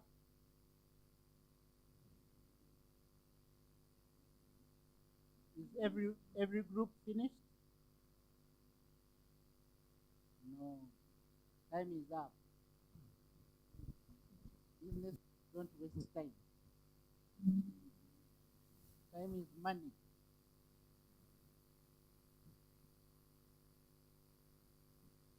You answered some questions.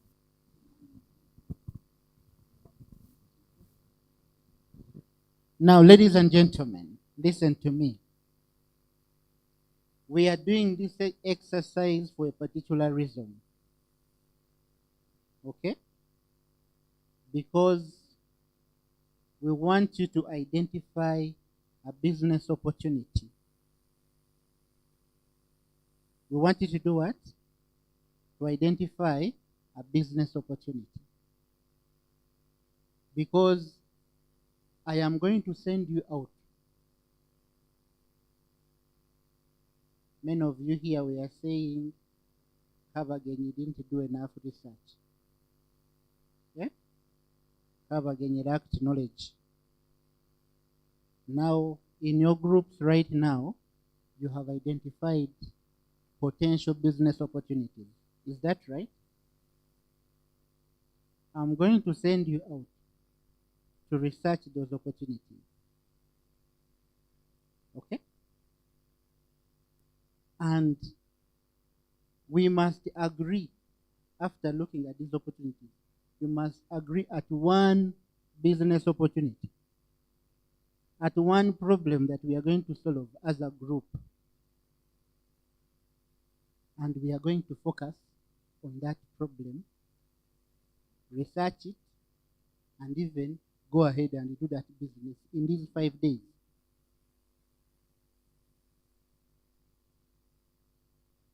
Okay? Are we together? So, now that time is fast spent,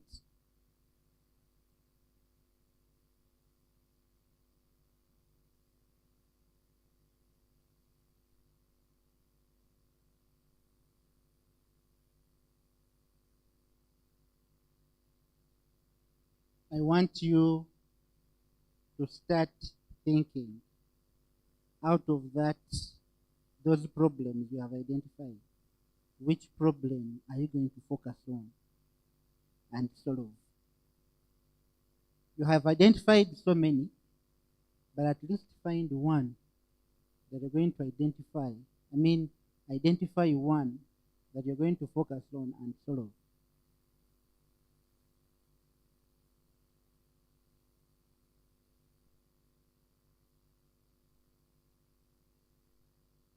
Because after we analyze that very, very well, we are going for what we call the 50K challenge, where we give you capital of 50,000 each group, and you use that money to solve that problem you have identified. And in 6 hours, you must come back with a profit.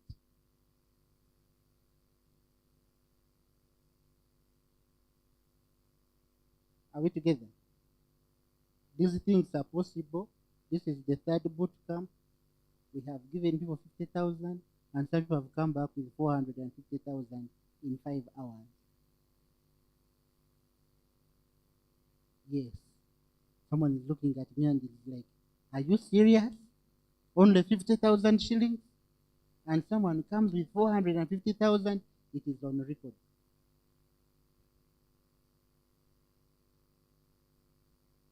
Yes, I can confidently say, yes, you can make money. And the last one got 1,000.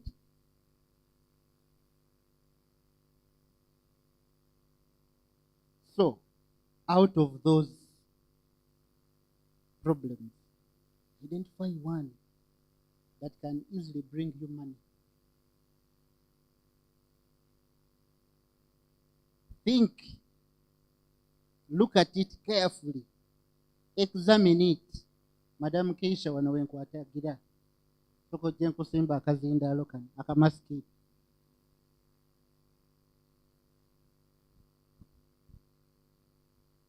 Ebigambo bino njagala obizze mu lulimi lwange luno lwentegeera obulungi.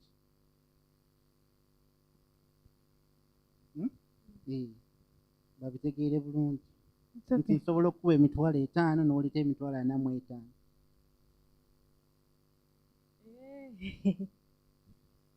Ariyo namanyisa ngu nabasa kuhereza emitwalo 5 ugaruke n'emitwalo 45.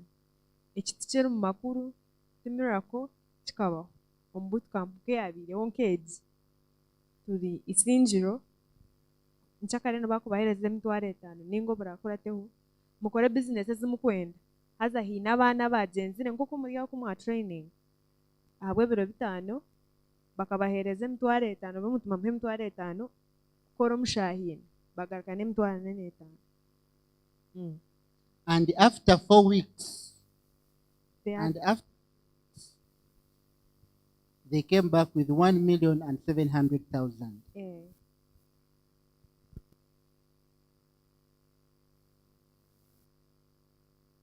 Saying it is impossible?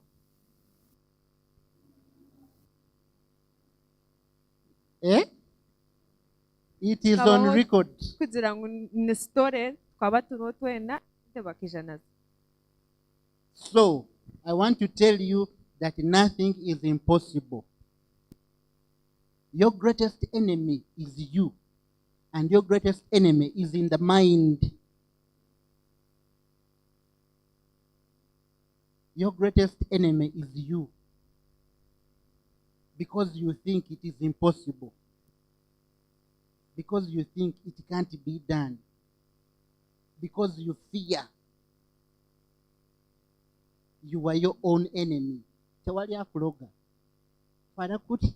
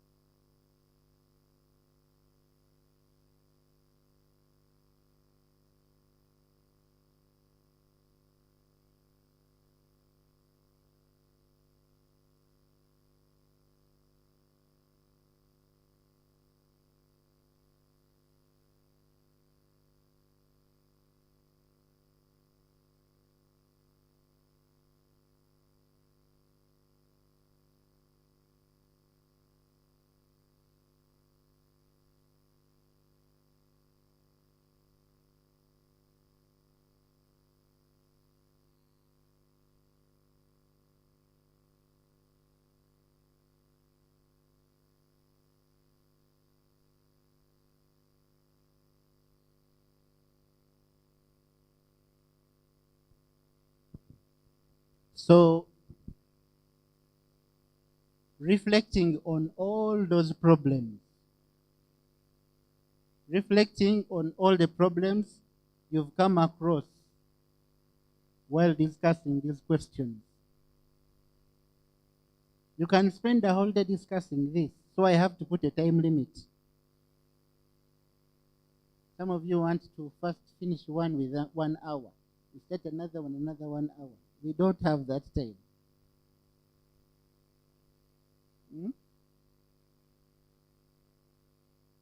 We don't have that time. So, I'm here right now. Reflect on all those problems. Which ones could be a business opportunity? Reflecting is thinking about them. And I'm going to come to every group, and I want you to tell me the business opportunity.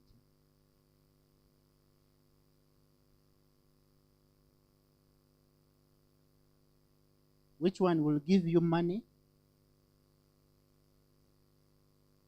Which one will give the community satisfaction for having solved their problems? Which one?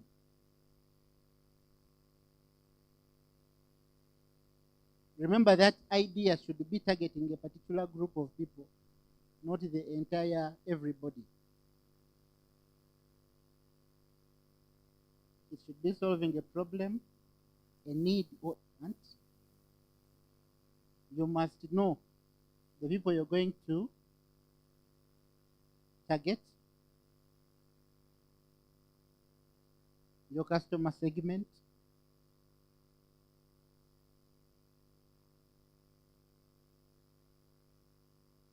probably one of you could be more knowledgeable. You could be having the knowledge about the idea, or you could be having the skill. You could be having the skill.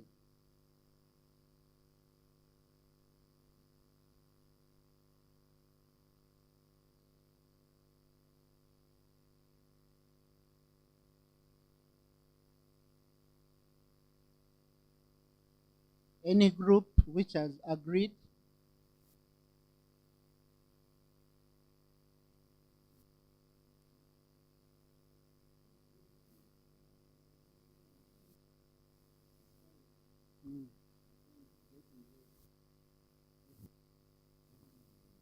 So, what you agreed upon? What business? It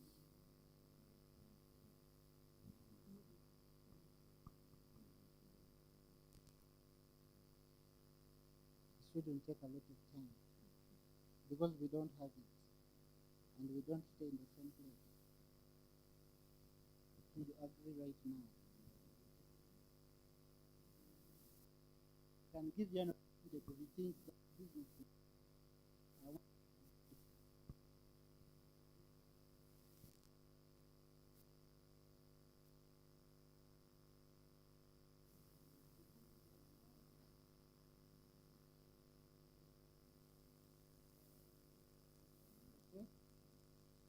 what business have you agreed upon?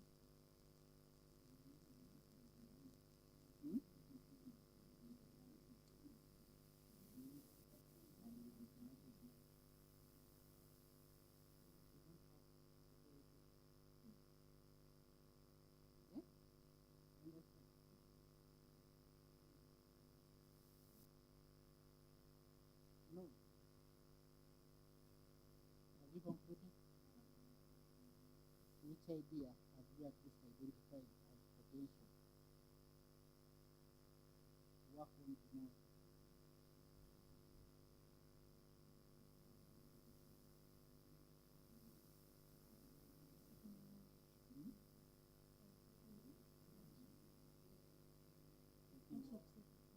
Workshop paper. No, that is too big. So the capital I'm going to give you tomorrow in one.